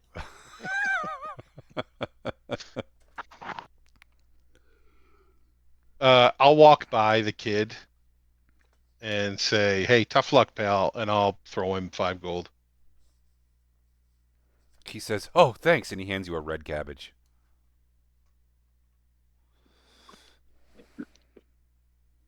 Hey, what's the scuttlebutt around here? What? The scuttlebutt. The what's it, bud? The hot goss. The goose? I sell cabbages, mister. What are the rumors? Oh, rumors. Yeah. Well, uh,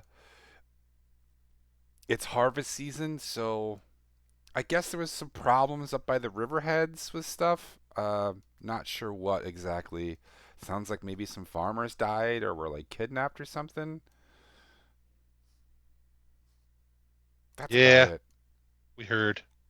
Oh, oh no, I got a good one. Do you know Angus O'Neill, that famous captain of the Silver Nymph? I've heard of him. The fastest ship on the water? Well, get this.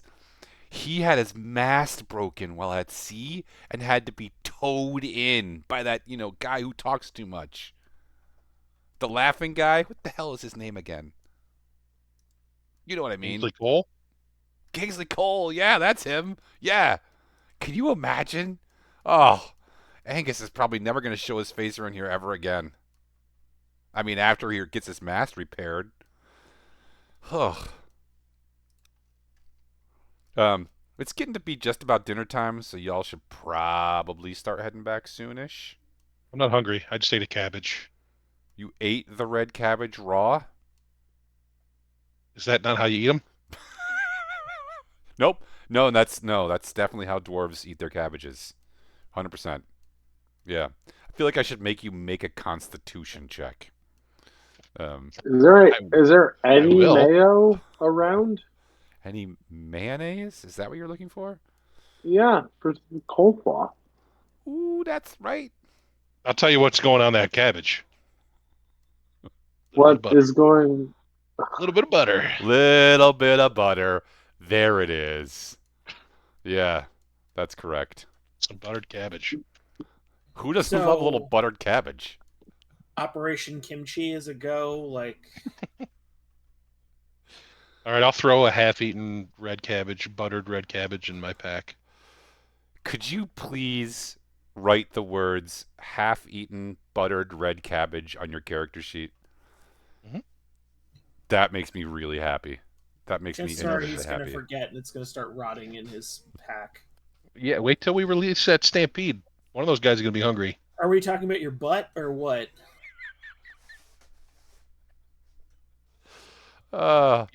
Yes.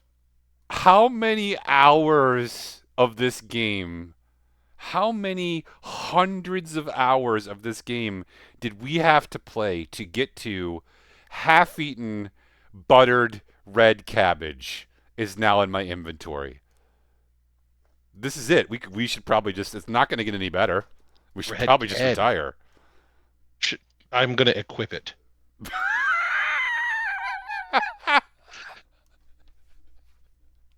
You're going to wield a half-eaten buttered red cabbage? No, I better not. Yeah, you better not.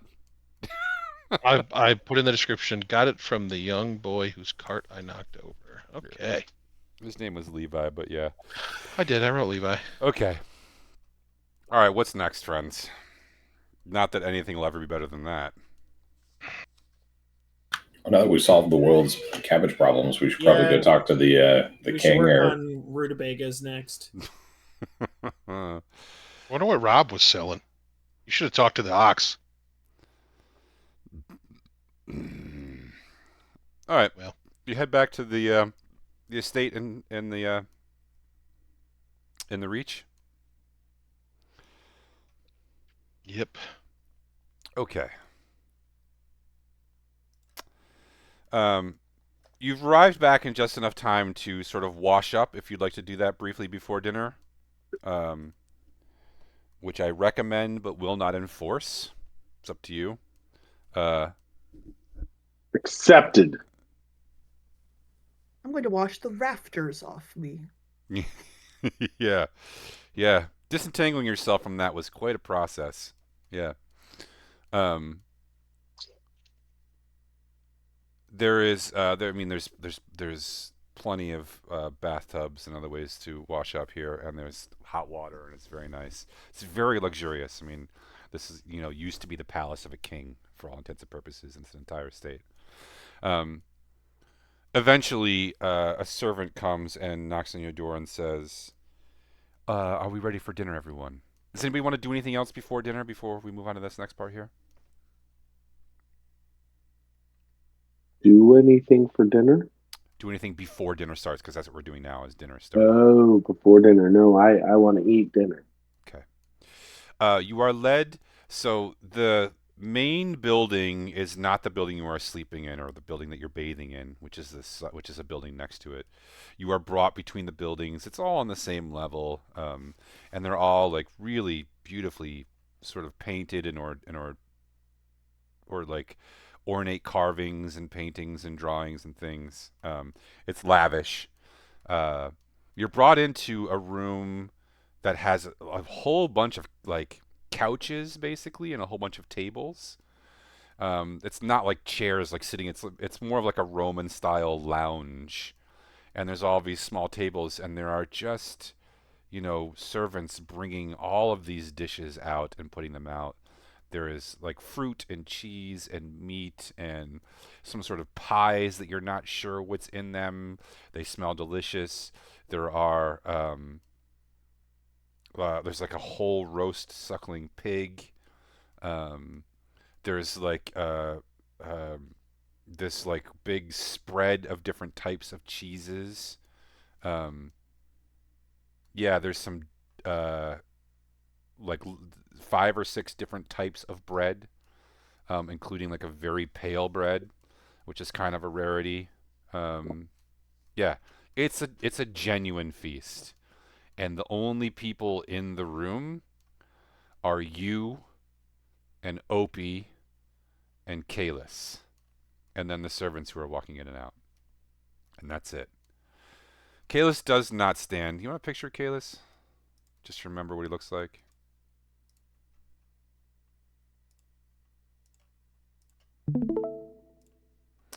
Kalis does not stand as you enter, but he sort of motions for you all to sit. Please, friends, make yourselves comfortable and break bread with me, so to speak.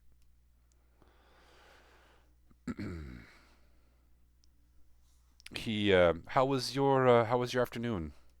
Did you find anything interesting here in my city?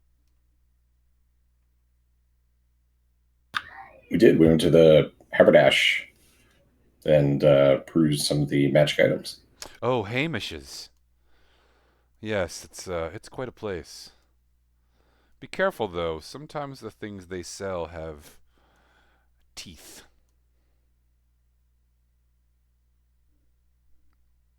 They do have almost anything you could ask for, though. Well, that's great. That's great. Did you meet any of the locals? Cabbage seller. Yeah, and Rob. Rob gave me the best adjustment. It was really good. I think it was like an L4, L5. It's really good. Rob the giant. Yeah. He's normally a very gentle soul. Are you okay? I don't know what happened. Oh, it was really good. It was really good. It was, Oh. yeah, it was emotional. I'll be honest. Like I didn't realize how much tension I was holding in my lower back. It Hmm. was I'm very mindful. I'm glad for you. Thank you Well, for that. I'm glad that you've had a chance to poke around a little bit. I'm sorry that we are going to be rushing. Um, he motions to Opie, and Opie sort of nods. He Opie stands up and slowly goes around and closes all the door in this room and slowly shoos all the servants out. Um, and then he, as once the last door is closed and the last servant is out, Kayla says, "Don't eat too much here. We're actually not going to stay. We need to make an appearance and make it look like we had some dinner, but we're leaving soon. We're going to go to. I've arranged for you to meet Val tonight."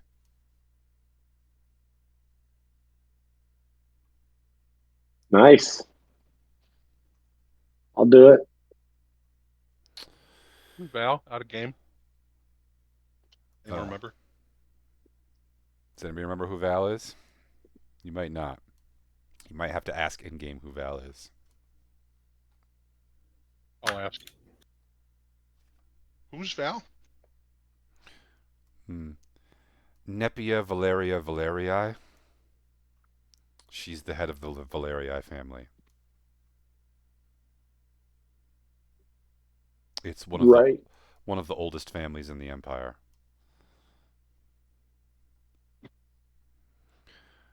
Listen, Val is Val is tempered from steel. She comes from 100 generations of warriors and generals.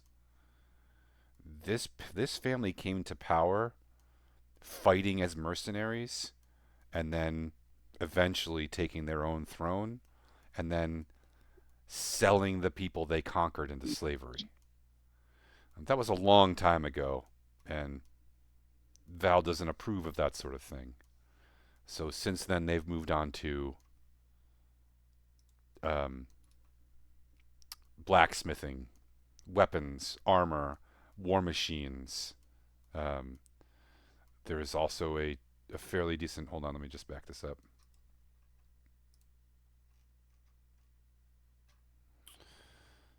Livestock, raw metals, that sort of thing. They are very powerful, and 60 to 75% of all the generals and high-ranking commanders in the Empire's armies are Valerii. So they have a lot of sway. She's not someone to be trifled with. She's a very serious woman. That said, there's a reason I invited you over to see her, a reason that we're going to see her, which is that she does not necessarily approve of this war.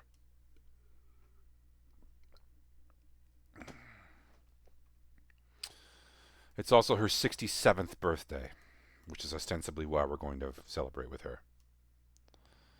Sweet. Love a party. Before we go, we have time right now, you and I, to speak.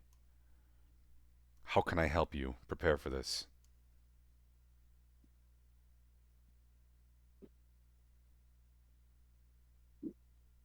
How can you help us prepare for this? I don't know. I've tried to tell you what I know about the Valerii and Val herself. Is it going to be weird? The way you've asked that question makes me think it might be a little bit weird. Yeah, mate. It will be full Is of are powerful people. are there like norms, etiquettes that we should be aware of? Procedures, processes, all this kind of stuff. I'm not a formal guy. I don't have a whole lot of I'm an off the cuff dude. I don't want to offend anybody. I would That's not err on that's the not true, side. but I would err on the side of deference to and general um, over politeness to people of rank, of which there are going to be many. Val and I have a joint cousin, so to speak. There's a bridge between our two families, and that's who will be hosting this party, which is why I'm going, or a Is part of there why I'm any? going. Is there anybody at this party we should definitely avoid? Not necessarily. I would be careful with whom you share information. Assume that everything that you say to anyone in this party will get back to myself or Val or potentially anyone else who has enough power and influence.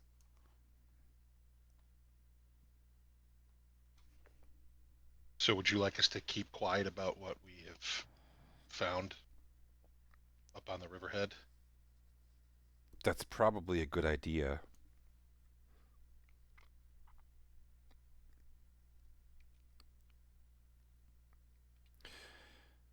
Remember that each head of the family is essentially a king or queen themselves. They rule an entire land with many cities and, you know, its own economy. They all bow to the empire, but before the empire existed, each of these was a kingdom.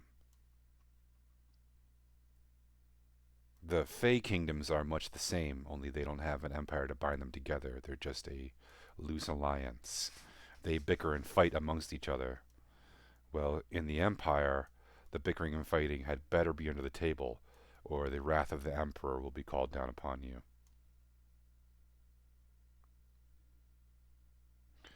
Val happens to like me, and I happen to like her. How does she feel about the Emperor? She's not a fan. How does she feel about Skip? Skip. You mean Cornelius? Yes. She loves Skip. Skip trained with her eldest son. I believe Skip lived with her for a year, training with their family, under their roof. Why? Because we're good friends with Skip Hmm. as well. You know Skip.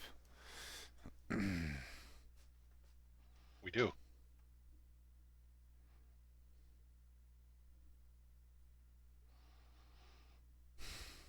Right. Right, you must have traveled here with him. That's why he's here again. I'm starting to put together the pieces now. Uh, do you know where he is currently?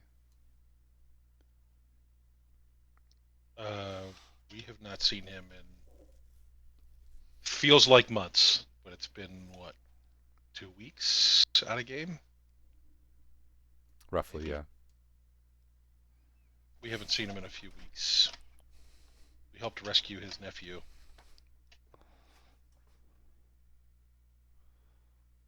The Yep, prince? that one. Yep.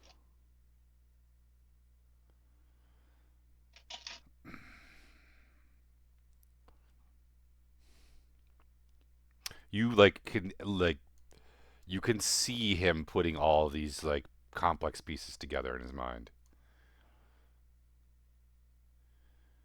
You Skip has his nephew now, doesn't he? He's hiding him because he's afraid that Marcus will kill him. And if you did know where he was, you wouldn't tell me, and you shouldn't.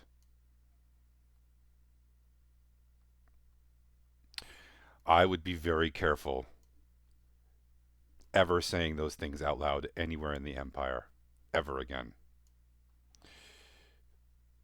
I'm sure you're all very capable, but the Empire has legions, and the Emperor does not understand the concept of mercy. and he would gladly feed you to his sister in order to extract any information you might have. Don't you think that's a problem for the Empire? Obviously, that's why I'm speaking with you. No offense, but So, you're just the Lords of Drunel Hall. I think you have Sure. more to offer, and that's why I invited you here. so we shouldn't say anything about that to Val? I'm just saying, every time you utter those words aloud, you risk someone overhearing it and turning you in, and somebody somewhere is going to be greedy enough to do it.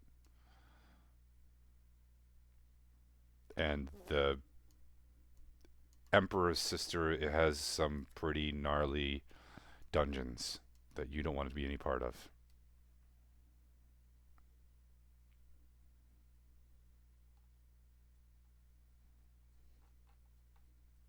Okay.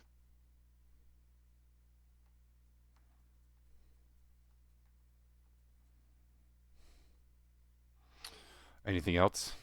He scans all of you. What do you Galdus, know? Jana, Dirk, Owen, Ezra. What do you need to know? Go ahead, Zerwin. What do you know about Armoros? What's Armoros? Big demon or devil. Oh, maybe nothing.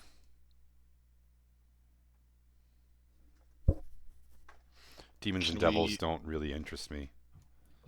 I'm gonna insight check him. Go ahead.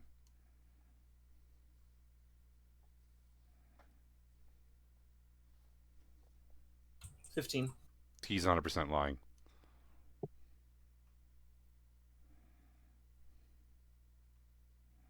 I look over at Jana and try to get her to look at the necklace.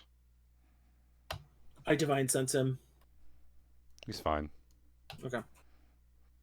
I'll look at my necklace. It's not glowing. Well, I don't know what's. Can we give him just a brief rundown of what happened at Drunel Hall? I think we already gave him one when we talked to him through the mirror. Yeah, you did. Um,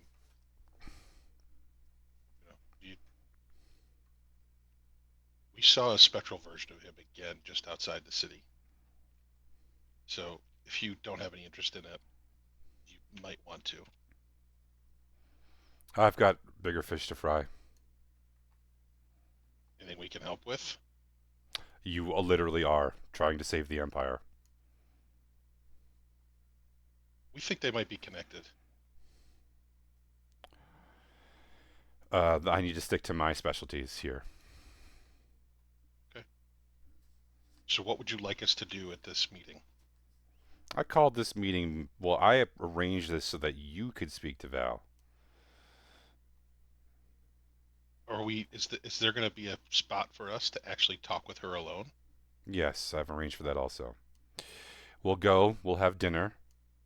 There's supposed to be some sort of performance. And then tomorrow, we'll have a one-on-one meeting with Val.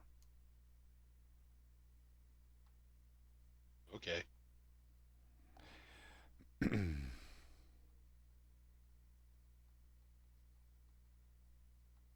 Is this a good time to brief you on what we found at the riverhead? Sure. What did you find?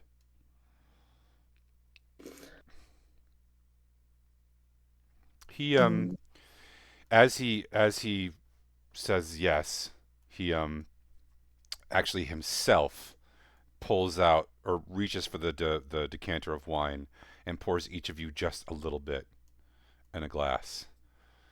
And as you're speaking, Jenna, he sort of motions for all of you to just have a sip. It will uphold appearances. I do not drink. I am not thrilled about how much he put in there. If you just slam it, he'll just push the decanter towards you. Oh, okay. I slam it. Yeah.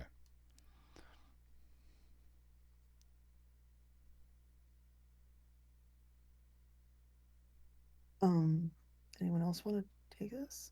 All right. I'll give a short When we traveled to the head of the river, we found that there's. I'm not going to say this right. I'll give him a abbreviated summary of what we found. That we know Hey, that there Banana. are fungus demons walking around. He nods.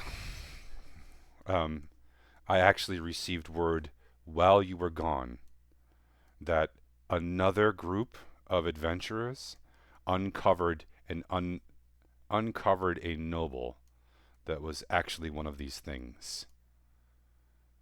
This was a sorry, hold on.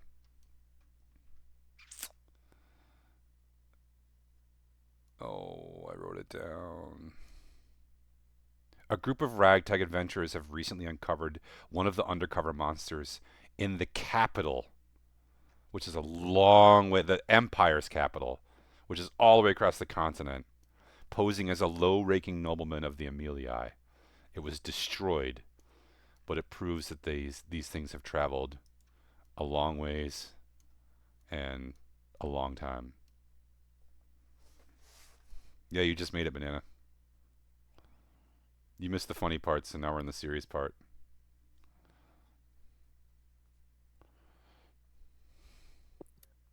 So help me phrase this. When we did encounter your niece and found that her party had been infiltrated by one of them.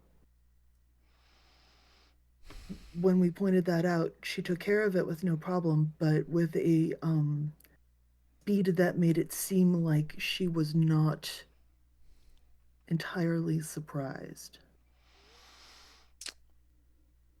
She is a very nonplussed individual. It's difficult to rattle her in any way. That's why she's very good at commanding the rangers that she has.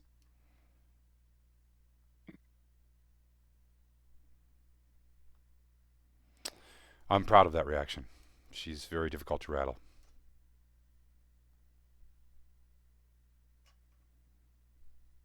And I thank you for the letter from my son also.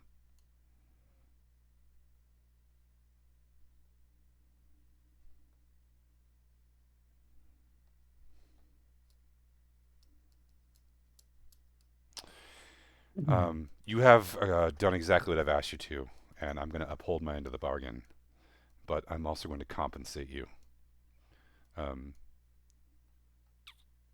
When we return from the party, I'm going to give you each 1,000 gold for your help so far. If we return from the party.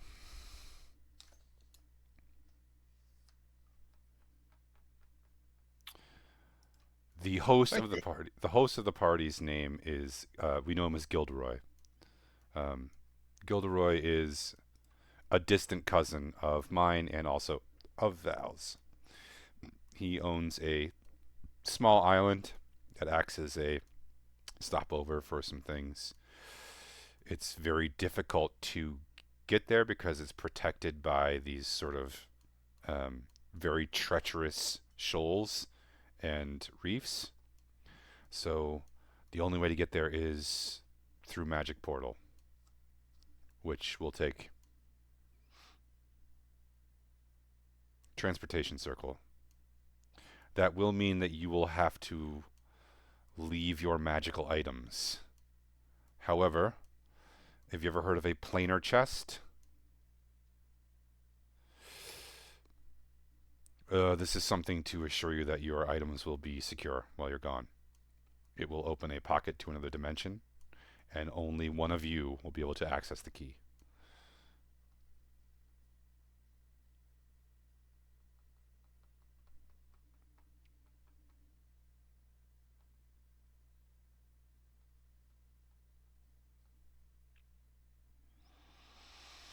Okay. Shall we go? So wait, we're leaving Zerwin's axe in with all of our magic items. Do we think that's wise?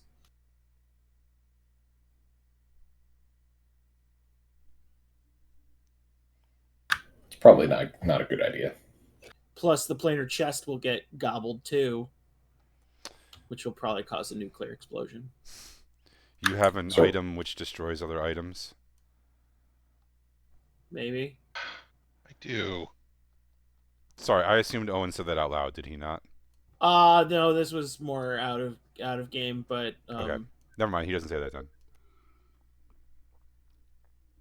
but I don't want us to all lose our magic items on a technicality. It's a good catch. Yeah, I probably should not. Do you have a? Would it mess with the planar chest? You don't know.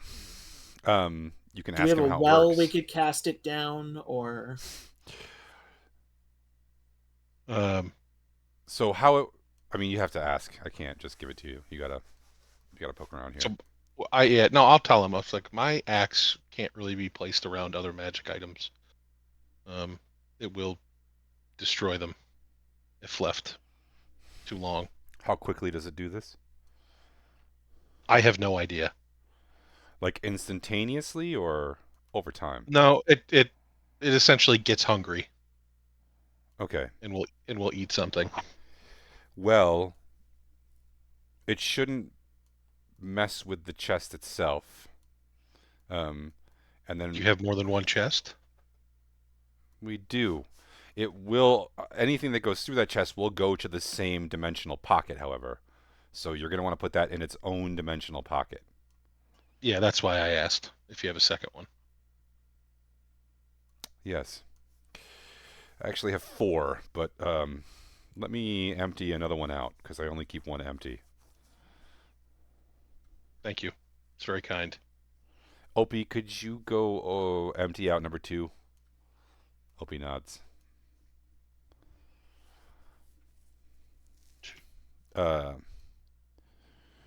Anything else?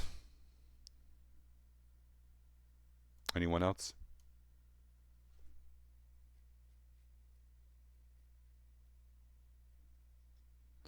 Shall we go now?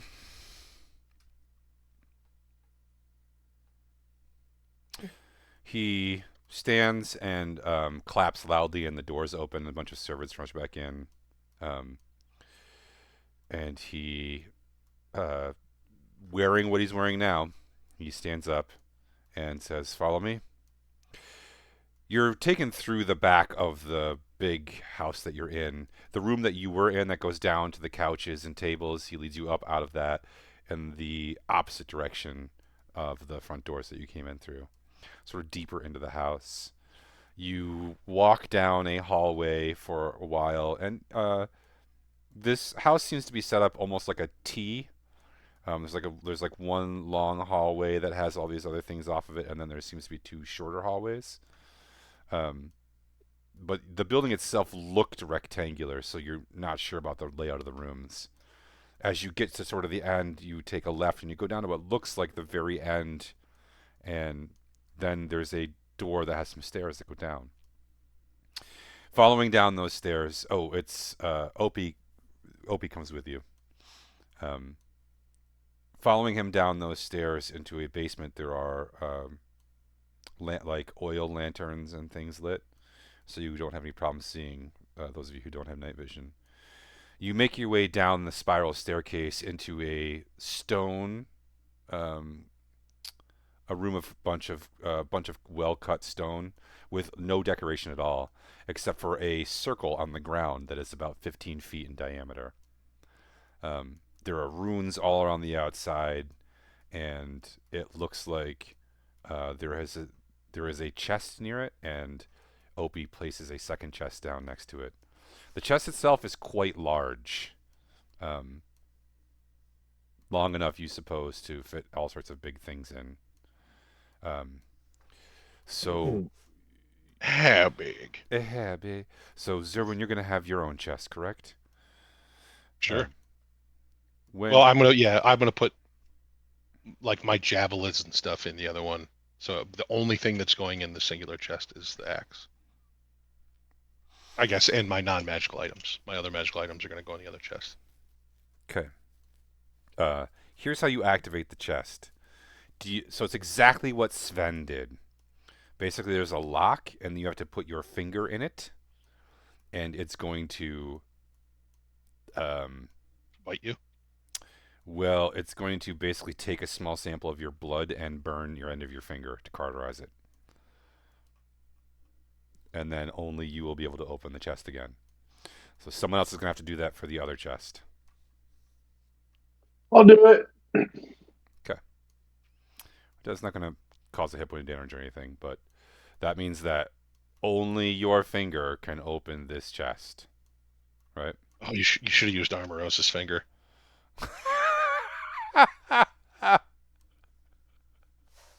Or No, do we still have you should have. one of those big blue fingers? All right. No, we gave it back. Oh, that's right. That was a mistake. That was, excuse me, that was a mistake. It was a mistake to give the guy his finger back. We Hey, felt pretty bad. This about is it. your son's finger. That maybe is our fault that he doesn't have anymore. Would you like it back? I stand by what I said. Okay. Well. All right. Are you placing all of your magic items? So Kayla says any magical items that goes through here gets risked being destroyed. That's why you want to leave it. Through the portal, you mean? Yes. Okay. And once you all have emptied out your magical items, he motions for you all to enter the circle. Assuming you do so, is anyone going to try to sneak a magical item through?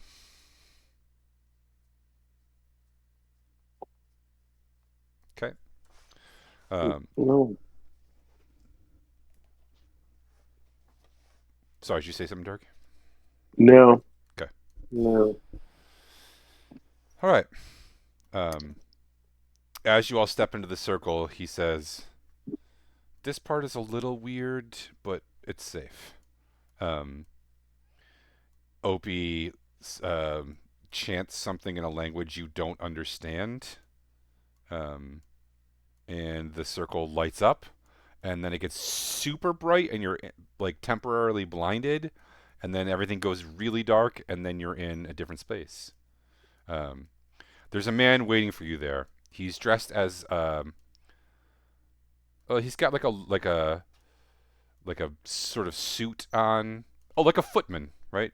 Like a butler footman sort of guy. And he bows. Kalis, always a pleasure. Thank you so much for coming. And Kalis says, Garth, thank you. And Kalis' demeanor has totally changed. He is now the sort of aloof, nose in the air nobleman that he definitely wasn't around you during dinner.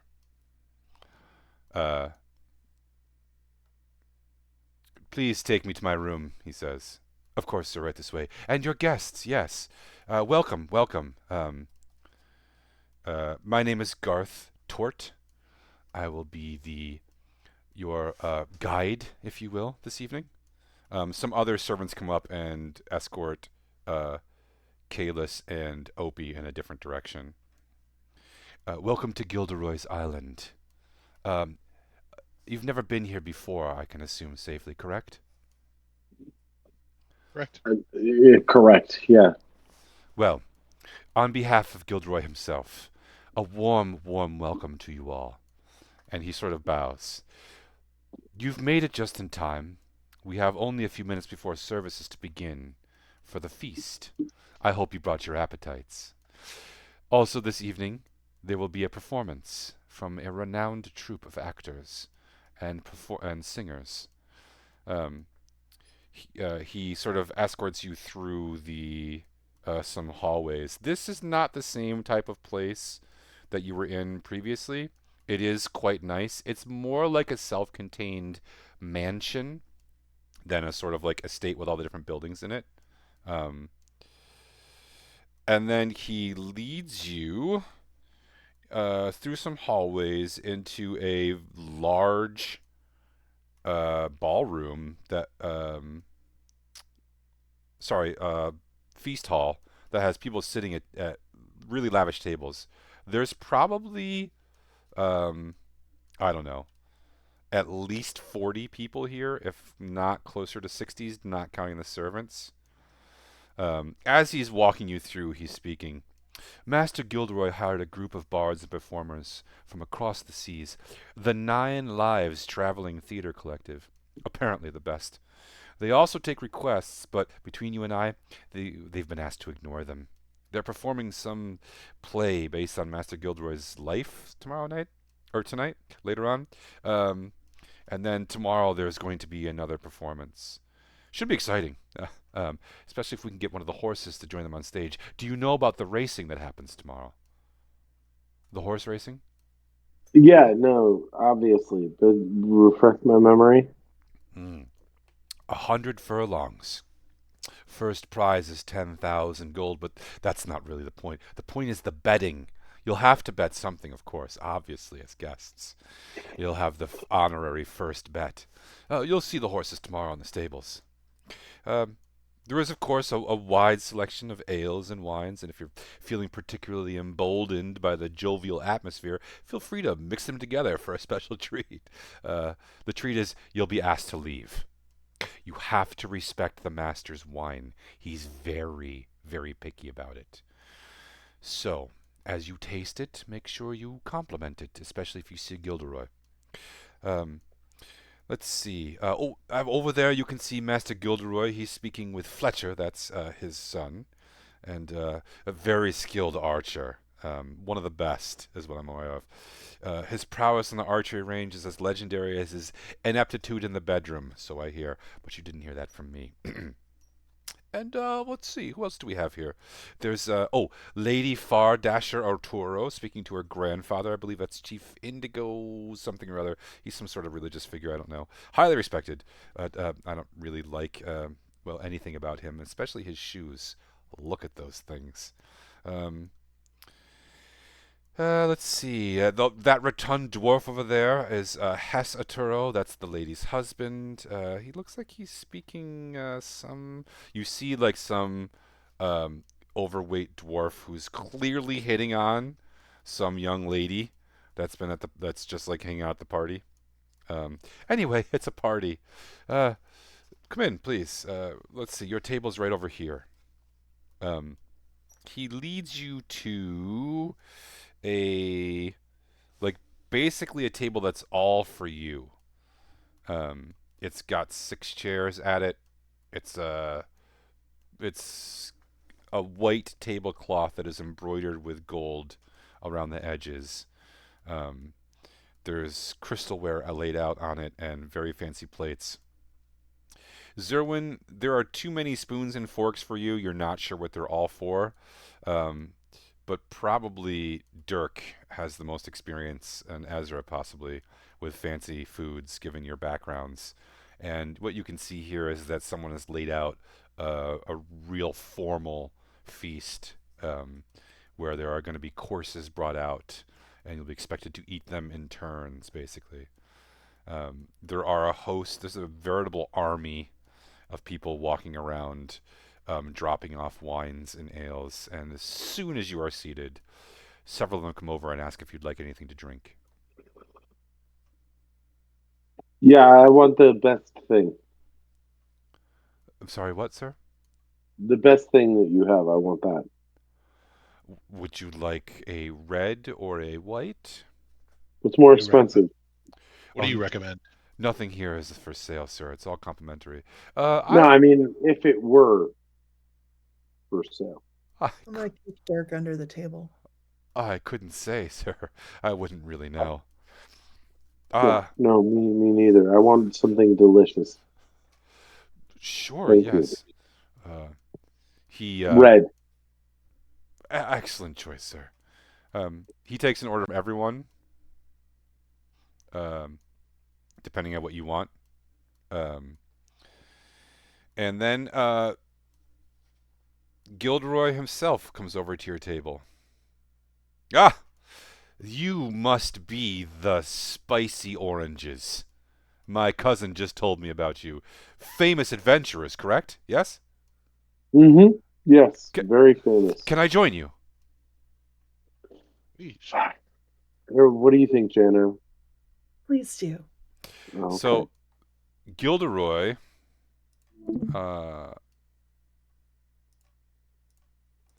Gilderoy has he is a stately gentleman in his late 40s, early 50s, well dressed, um, neatly coiffed. Um, he sits down and says, uh, "Have you got any good monster stories? I will pay you. I will pay you 1 to 25 gold, depending on how good the story is. But I want the story, a real story, not just this happened. Do you know what I mean? I love stories. Tell me the story, please." Which story? You got a lot. A fascinating monster story. Surely you must have defeated some powerful foes. Yeah, Zerwin, tell him about the time that you straddled a bone dragon. Yes. What? We in a different it was a different plane, right? Not a game. Yeah. Once on a plane other than this one, we battled a bone dragon. You just A terrible dragon made pacing. of bones? Yeah, so Was we essentially were undead. we went down into a dungeon, and we were like wandering around in there, and we were looking, and we're like, oh, we're gonna have to fight something for money because that's what we do. And then we ended up in this great big room, and then all of a sudden it was filled with all these bones. These bones were just scattered around. They were completely disconnected. And then Zerun was like, he just knew. He was like, "Fight me!" He just said it to the air. I had no idea why he said it that way, He just but yelled, he "Fight knew. me!" He just yelled, "Fight me!" He was just like, "Fight me!" With all the bones around, though. Yeah, with all the bones, and he was just like, he said to like, there was like one kind of like spinal column bone that he seemed very angry at, and I didn't know that he knew, and he was just like, he said to that bone, he was like, "Fight me!" And that bone, all of these other bones, they just gathered together, and then as soon as they gathered together, he just punched it in the nose, just punched it right in the nose, He's and he was like, with his "For the fist. honor of my uncle, Terrence." And then yeah, and then the dragon lunged at him, and he swept up, and his leg grew in size. I felt like his leg got longer. Maybe it was just me, but anyways, he swung himself up onto the back of this dragon, and then he rode it around. Because it turned out that all these bones, when they came together, they made a full dragon. And this dragon was like the size of like an entire dragon. And it just started like roaring, which was weird because it was just bones, so there were no vocal cords, do you know? So anyways, he wrote it, and then he punched it in the neck and it died. Well, I hit it with my axe. You Which all is how you which is how you punch. you all helped. It You was punch also, you're forgetting the with part your axe. about the army of undead soldiers that were also in Oh there with the dragon. yeah. Well yeah, And we had to commandeer a special crown to right. Do you want to talk about the dwarf commands? to I didn't want to stop get too into the these. weeds about being commanded by dwarf crowns, but This whole thing is amazing, by the way. The two of your characters telling stories together is 0 out of 10. Amazing. yeah, no. This is how I amaze myself by existing. I see. So you have straddled an ancient bone dragon and defeated it with Dude, your axe. there was Yeah, like excessive thrusting, but I think it was violent and like a form of harm. again, I could not have done it without all of the spicy oranges. So I'm not the only one who was fighting the dragon. I'm just the one Hmm. who wrote it. Hmm. How about you, ma'am? Do you have any war stories? Oh, dude, tell him about the time that you shot that guy. Yes. Um, very well. I hope the story is not too boring. We had received intelligence that there was someone very important who had been replaced by a doppelganger. We found out that this person was secretly an evil zombie. True. And no one in the room knew except for us. How many people were in the room? 7. 30. 7 Like a lot other of soldiers. people and lot of- 30. Just telling the story, man. I'm helping. I'm your right man. You're very helpful. Yeah. More wedding. We suspected that he was the evil doppelganger, but we weren't sure yet, and his soldiers didn't know. What soldiers? The 30 other people in the room didn't know who it was. That this was a All doppelganger. all of those people were made out of soldiers. It was wild.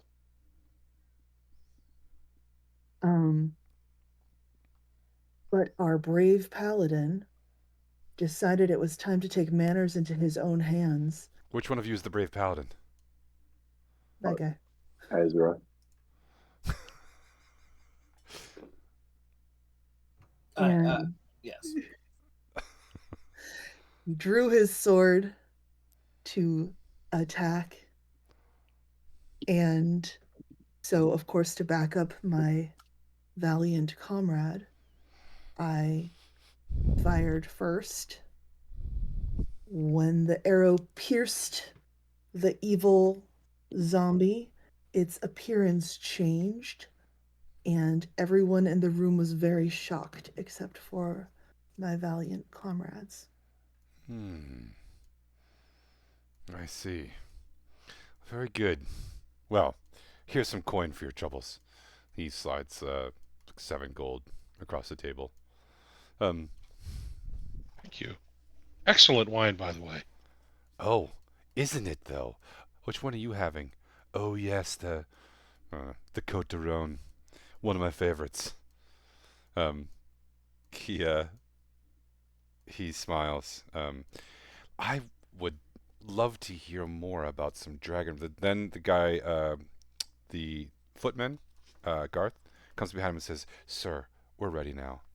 And he nods and says, "Oh yes, of course. I apologize. I have to. Let's talk later. I'd love to hear more stories. I'm a collector of stories. It's anyway." He gets up and walks away. The room sort of settles in, and you know, there's some there's a big roast that's sliced up and brought to you all. There's a bunch of roasted vegetables, mostly root vegetables. It looks like this is maybe beef. It's quite delicious though when it's brought to you. It has a thick gravy and some very dark bread. And then the second course comes along. There's like an eel pie. And then there is a third course of some sort of buttered citrus fish. And then there is some greens that are brought in. And then there is some sort of really dense fish that's baked into these little mini pies. And it's just like food and drink and food and drink. And then after a little while, Sir Archibald Calico, a regal-looking man with a dense beard and a gruff voice, stands, and everyone quiets. "Good evenings, madams and messieurs, monsters and marvels, people from far and wide. I, of course, am Sir Archibald Calico, Cat of the Footlights, and it is my honor to lead the 9 Lives Traveling Theater Collective and present to you tomorrow night's production of Mallory Gilderoy, Man of the People, Maker of Men. It's a ribald tale with no shortage of intrigue, interlopers, ingenuity, and of course, whatever demon Mr. Gilderoy pledged his soul to in order to look so well preserved. I'm 50 years his junior, and yet I will wear almost no makeup to look just like him. It's truly a marvel, is it not? We, of course, don't want to spoil tomorrow's show, but we do want to bring you a small taste of what we can do. So we thought we'd treat you to a little preview. This story comes courtesy of some of this gathering's distinguished guests. And then he kind of motions, and there's a bright flash of light, and then the screaming begins. All around you, people start screaming. And as you turn and look, it's because now the room is full of monsters. There's like some sort of ogre in one corner. There is some sort of weird four-legged beast. There's a displacer beast over there. There is a massive ooze that has looked like it's going to swallow one of the tables whole. The room is just suddenly full of monsters, and close to your table has emerged a crazy multi-legged lizard beetle thing that is charging your table. I turn to Gelidus and I go, "Do you think it means ingenues?" No one's going to get that, but yeah. Yeah, I didn't get that.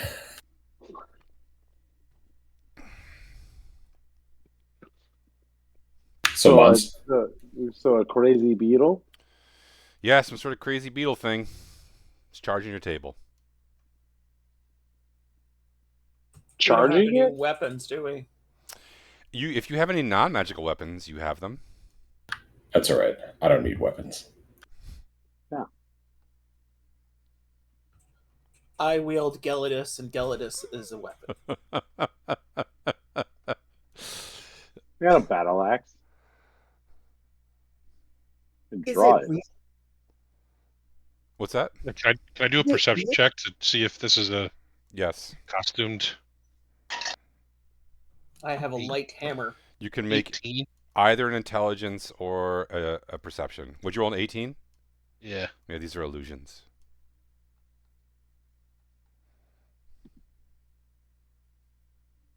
Do you let the rest of us know, Zerwin?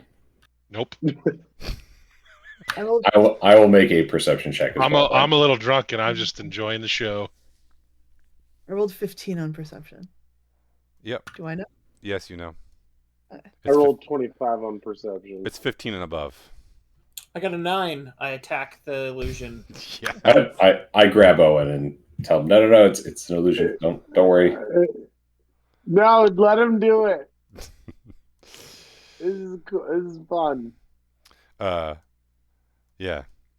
During the commotion, as people are screaming and like falling out of their chairs and backpedaling and like, just people are grabbing dinner forks and like trying to stab the things that are coming after them. One brave young man has picked up an entire serving platter and is trying to smash the gorgon that's coming for him. It's now that you know, you're like, oh, wow, how long are they gonna let this go for? But while this happens, all of you can make another perception check.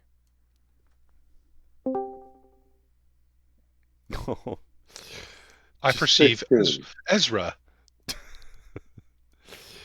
If No, you don't. No, you don't.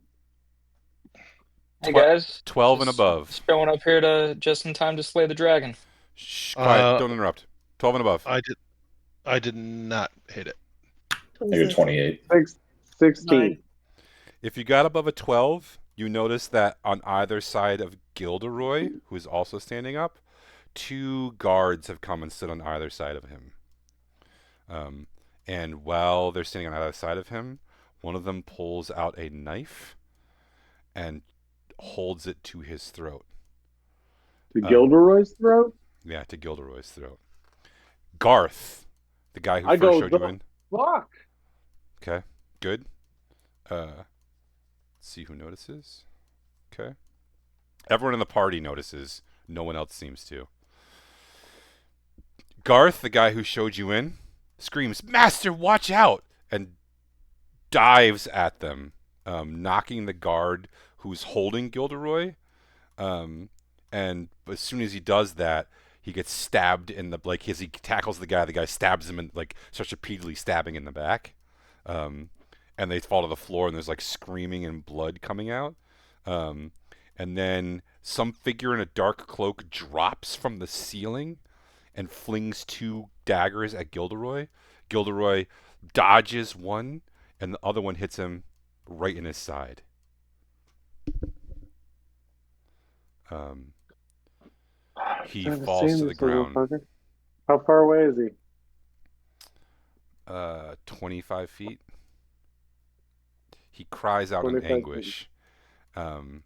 He cradles Garth, who is dying. He pulls the dagger out of his side. He stabs the assassin in the chest, and the assassin falls. And then he sinks to I'm his running. knees.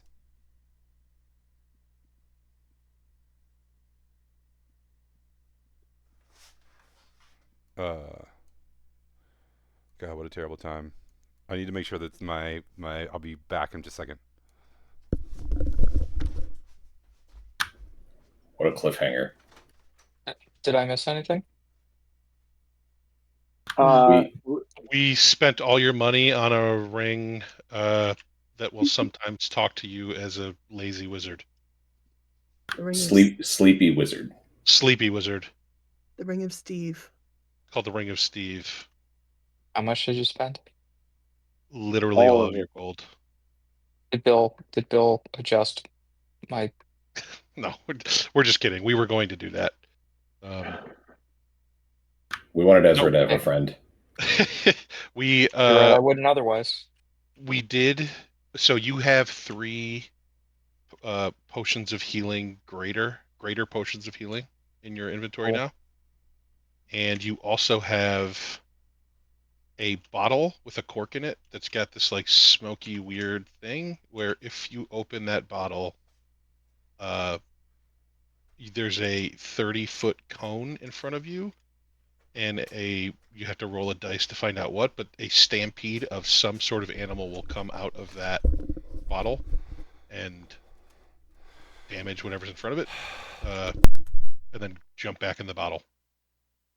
You guys think it's like 100 duck-sized horses or one horse-sized duck? We do not know. Okay. But all right, we bought that for you. The notes are up to date, Ezra. Up to date. If you want to catch up.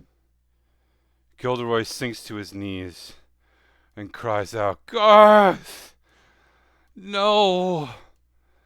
And then he stands and then looks up at the crowd as all the monsters disappear, and a slight smile spreads over his face.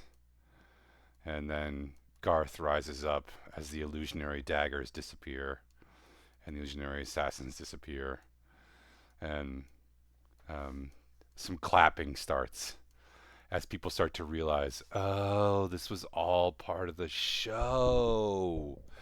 So, guys, do we want to kill someone for real? Because it seems like these people are dumb. We can do it. Yeah. I mean, no, but yeah. Garth stands, obviously not at all dead. I was playing Garth, your footman, sir. I'm actually an actor, part of the troupe. Right? Garth peels off his mustache and removes his hair, and actually it's a young woman. Hi, my name is Tabitha. Thank you all for coming. And then Calico, right? The real Archibald Calico stands and says, and he waves his hands, and he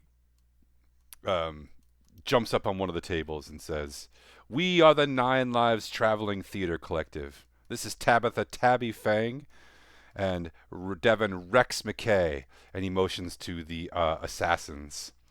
He starts naming some of them. Harissa Tammer, well done, Harissa. We'll come up with a zippy stage name for you soon. And I, of course, am Sir Archibald Calico, Cat of the Footlights. And we'll see you all at the theater tomorrow night for the the Calico, the play tomorrow night, His face starts growing slack and a little gray, and he like sways and then collapses. Some blood starts trickling out of his nose and his mouth. He motions towards a goblet on the table, and then you see that he's like starting to choke, and there's sort of like a panic. Make another perception check.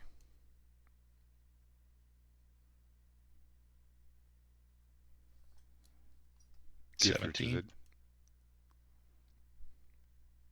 17? 23.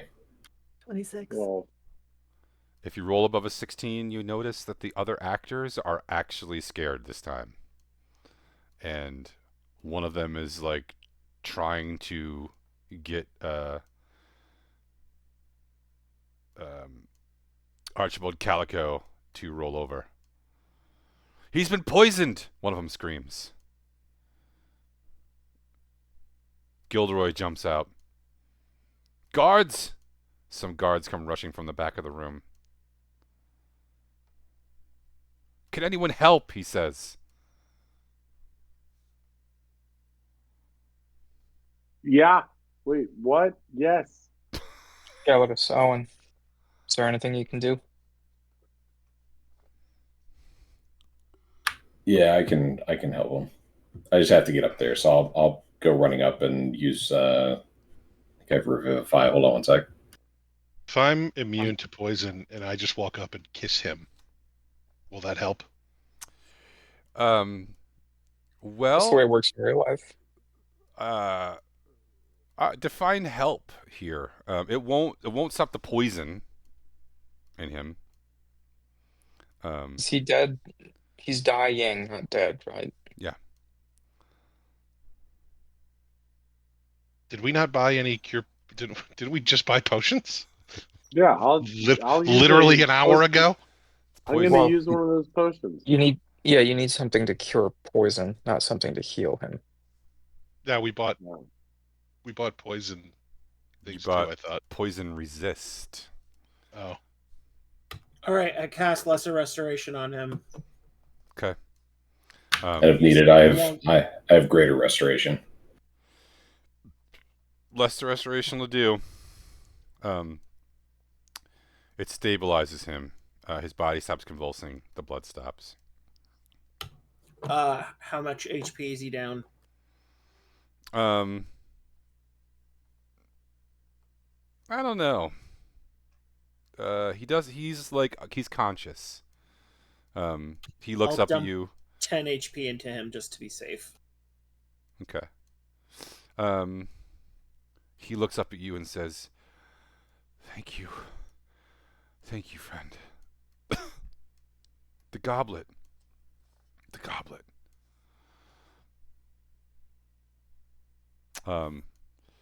He lays down. Remember, and says, everyone, we have to compliment the wine. Oh, right, yeah. I already did.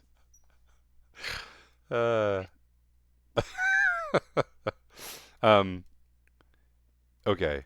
Gilderoy stands up and says, I am Sir Archibald Calico.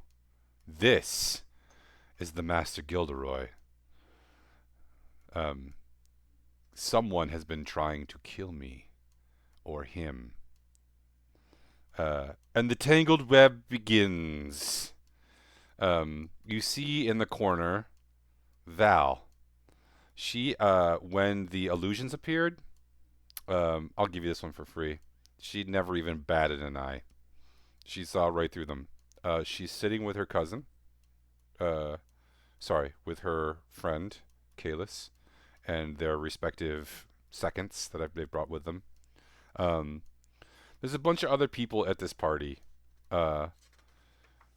Gilderoy says that he would very much like to figure out who tried to kill him. And the party is basically at this point not very much fun anymore. People are like, I'm having a good time. Yeah. There's certain people who are really enjoying themselves. The rest of the crowd is kind of like, you know what? I think I'm ready for bed. Um, we got scared by some monsters. We thought there was an assassination, and then there was an actual poisoning. Can we just have our wine and go to our rooms? And so people are sort of like drifting out of the main hall here. And we can call it there because it's getting late. But you'll have, like, this is challenge by choice. You don't have to solve this murder mystery. You're here, right? It's not even a murder. You don't have to solve this poison mystery. You're here. You can do what you'd like. You still have the meeting tomorrow with Val. Right now, the rest of this night, we'll pick up the next time. You'll have the opportunity to do whatever you'd like for the people who have remained, or not. You absolutely still have to talk to Val, and you still have to make your case about Skip. I'm sort of offering you the potential fun of like this poison mystery, but you know, take it or leave it, as the spicy oranges are wont to do. Mm-hmm.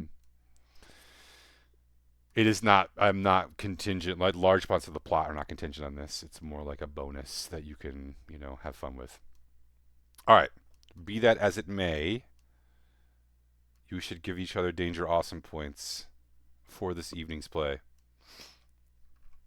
And I will ask the crowd.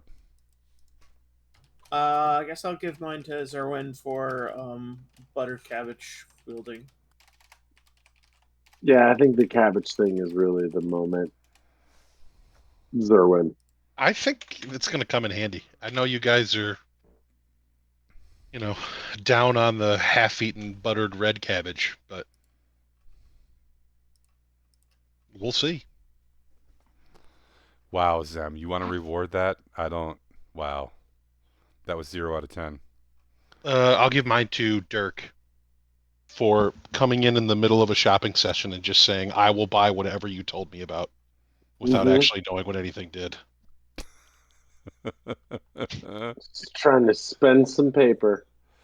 I am. Can I tell you that I'm really looking forward to the first time that Dirk shouts "Order up" in a chef voice. I'm really It's excited gonna for that. happen. It's happening.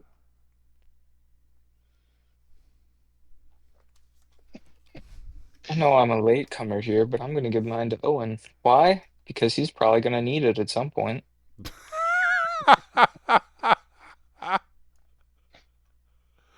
Also because he had lesser restoration handy.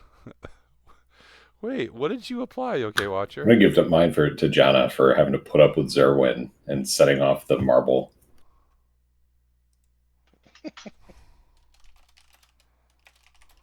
That was not my fault. That was totally your fault, 100%. Okay, fine. Zerwin gets my danger awesome point for Cabbage. causing me to roll a natural 1 on a dex save. How many are you up to now? There, Z? Are you up to, are you north of 50 yet?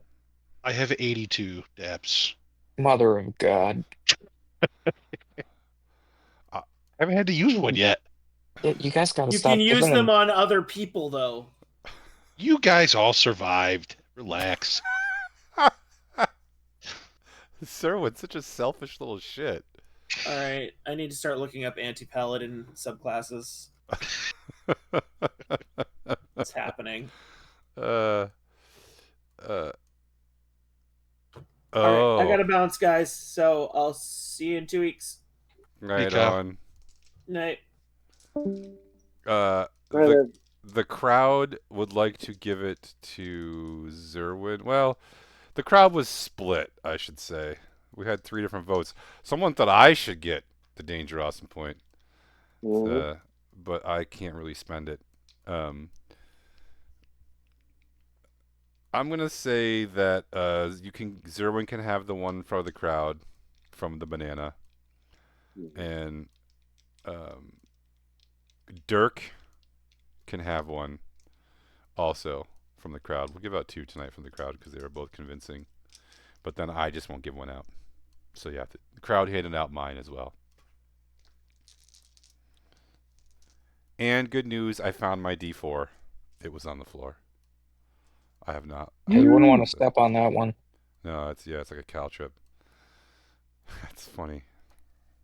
Yeah, anchoring bias. All right, y'all.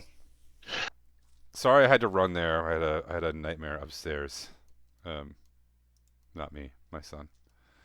You guys have a good evening. I'm gonna stop the stream. And everybody. Good night, Thanks for everybody. watching. Night.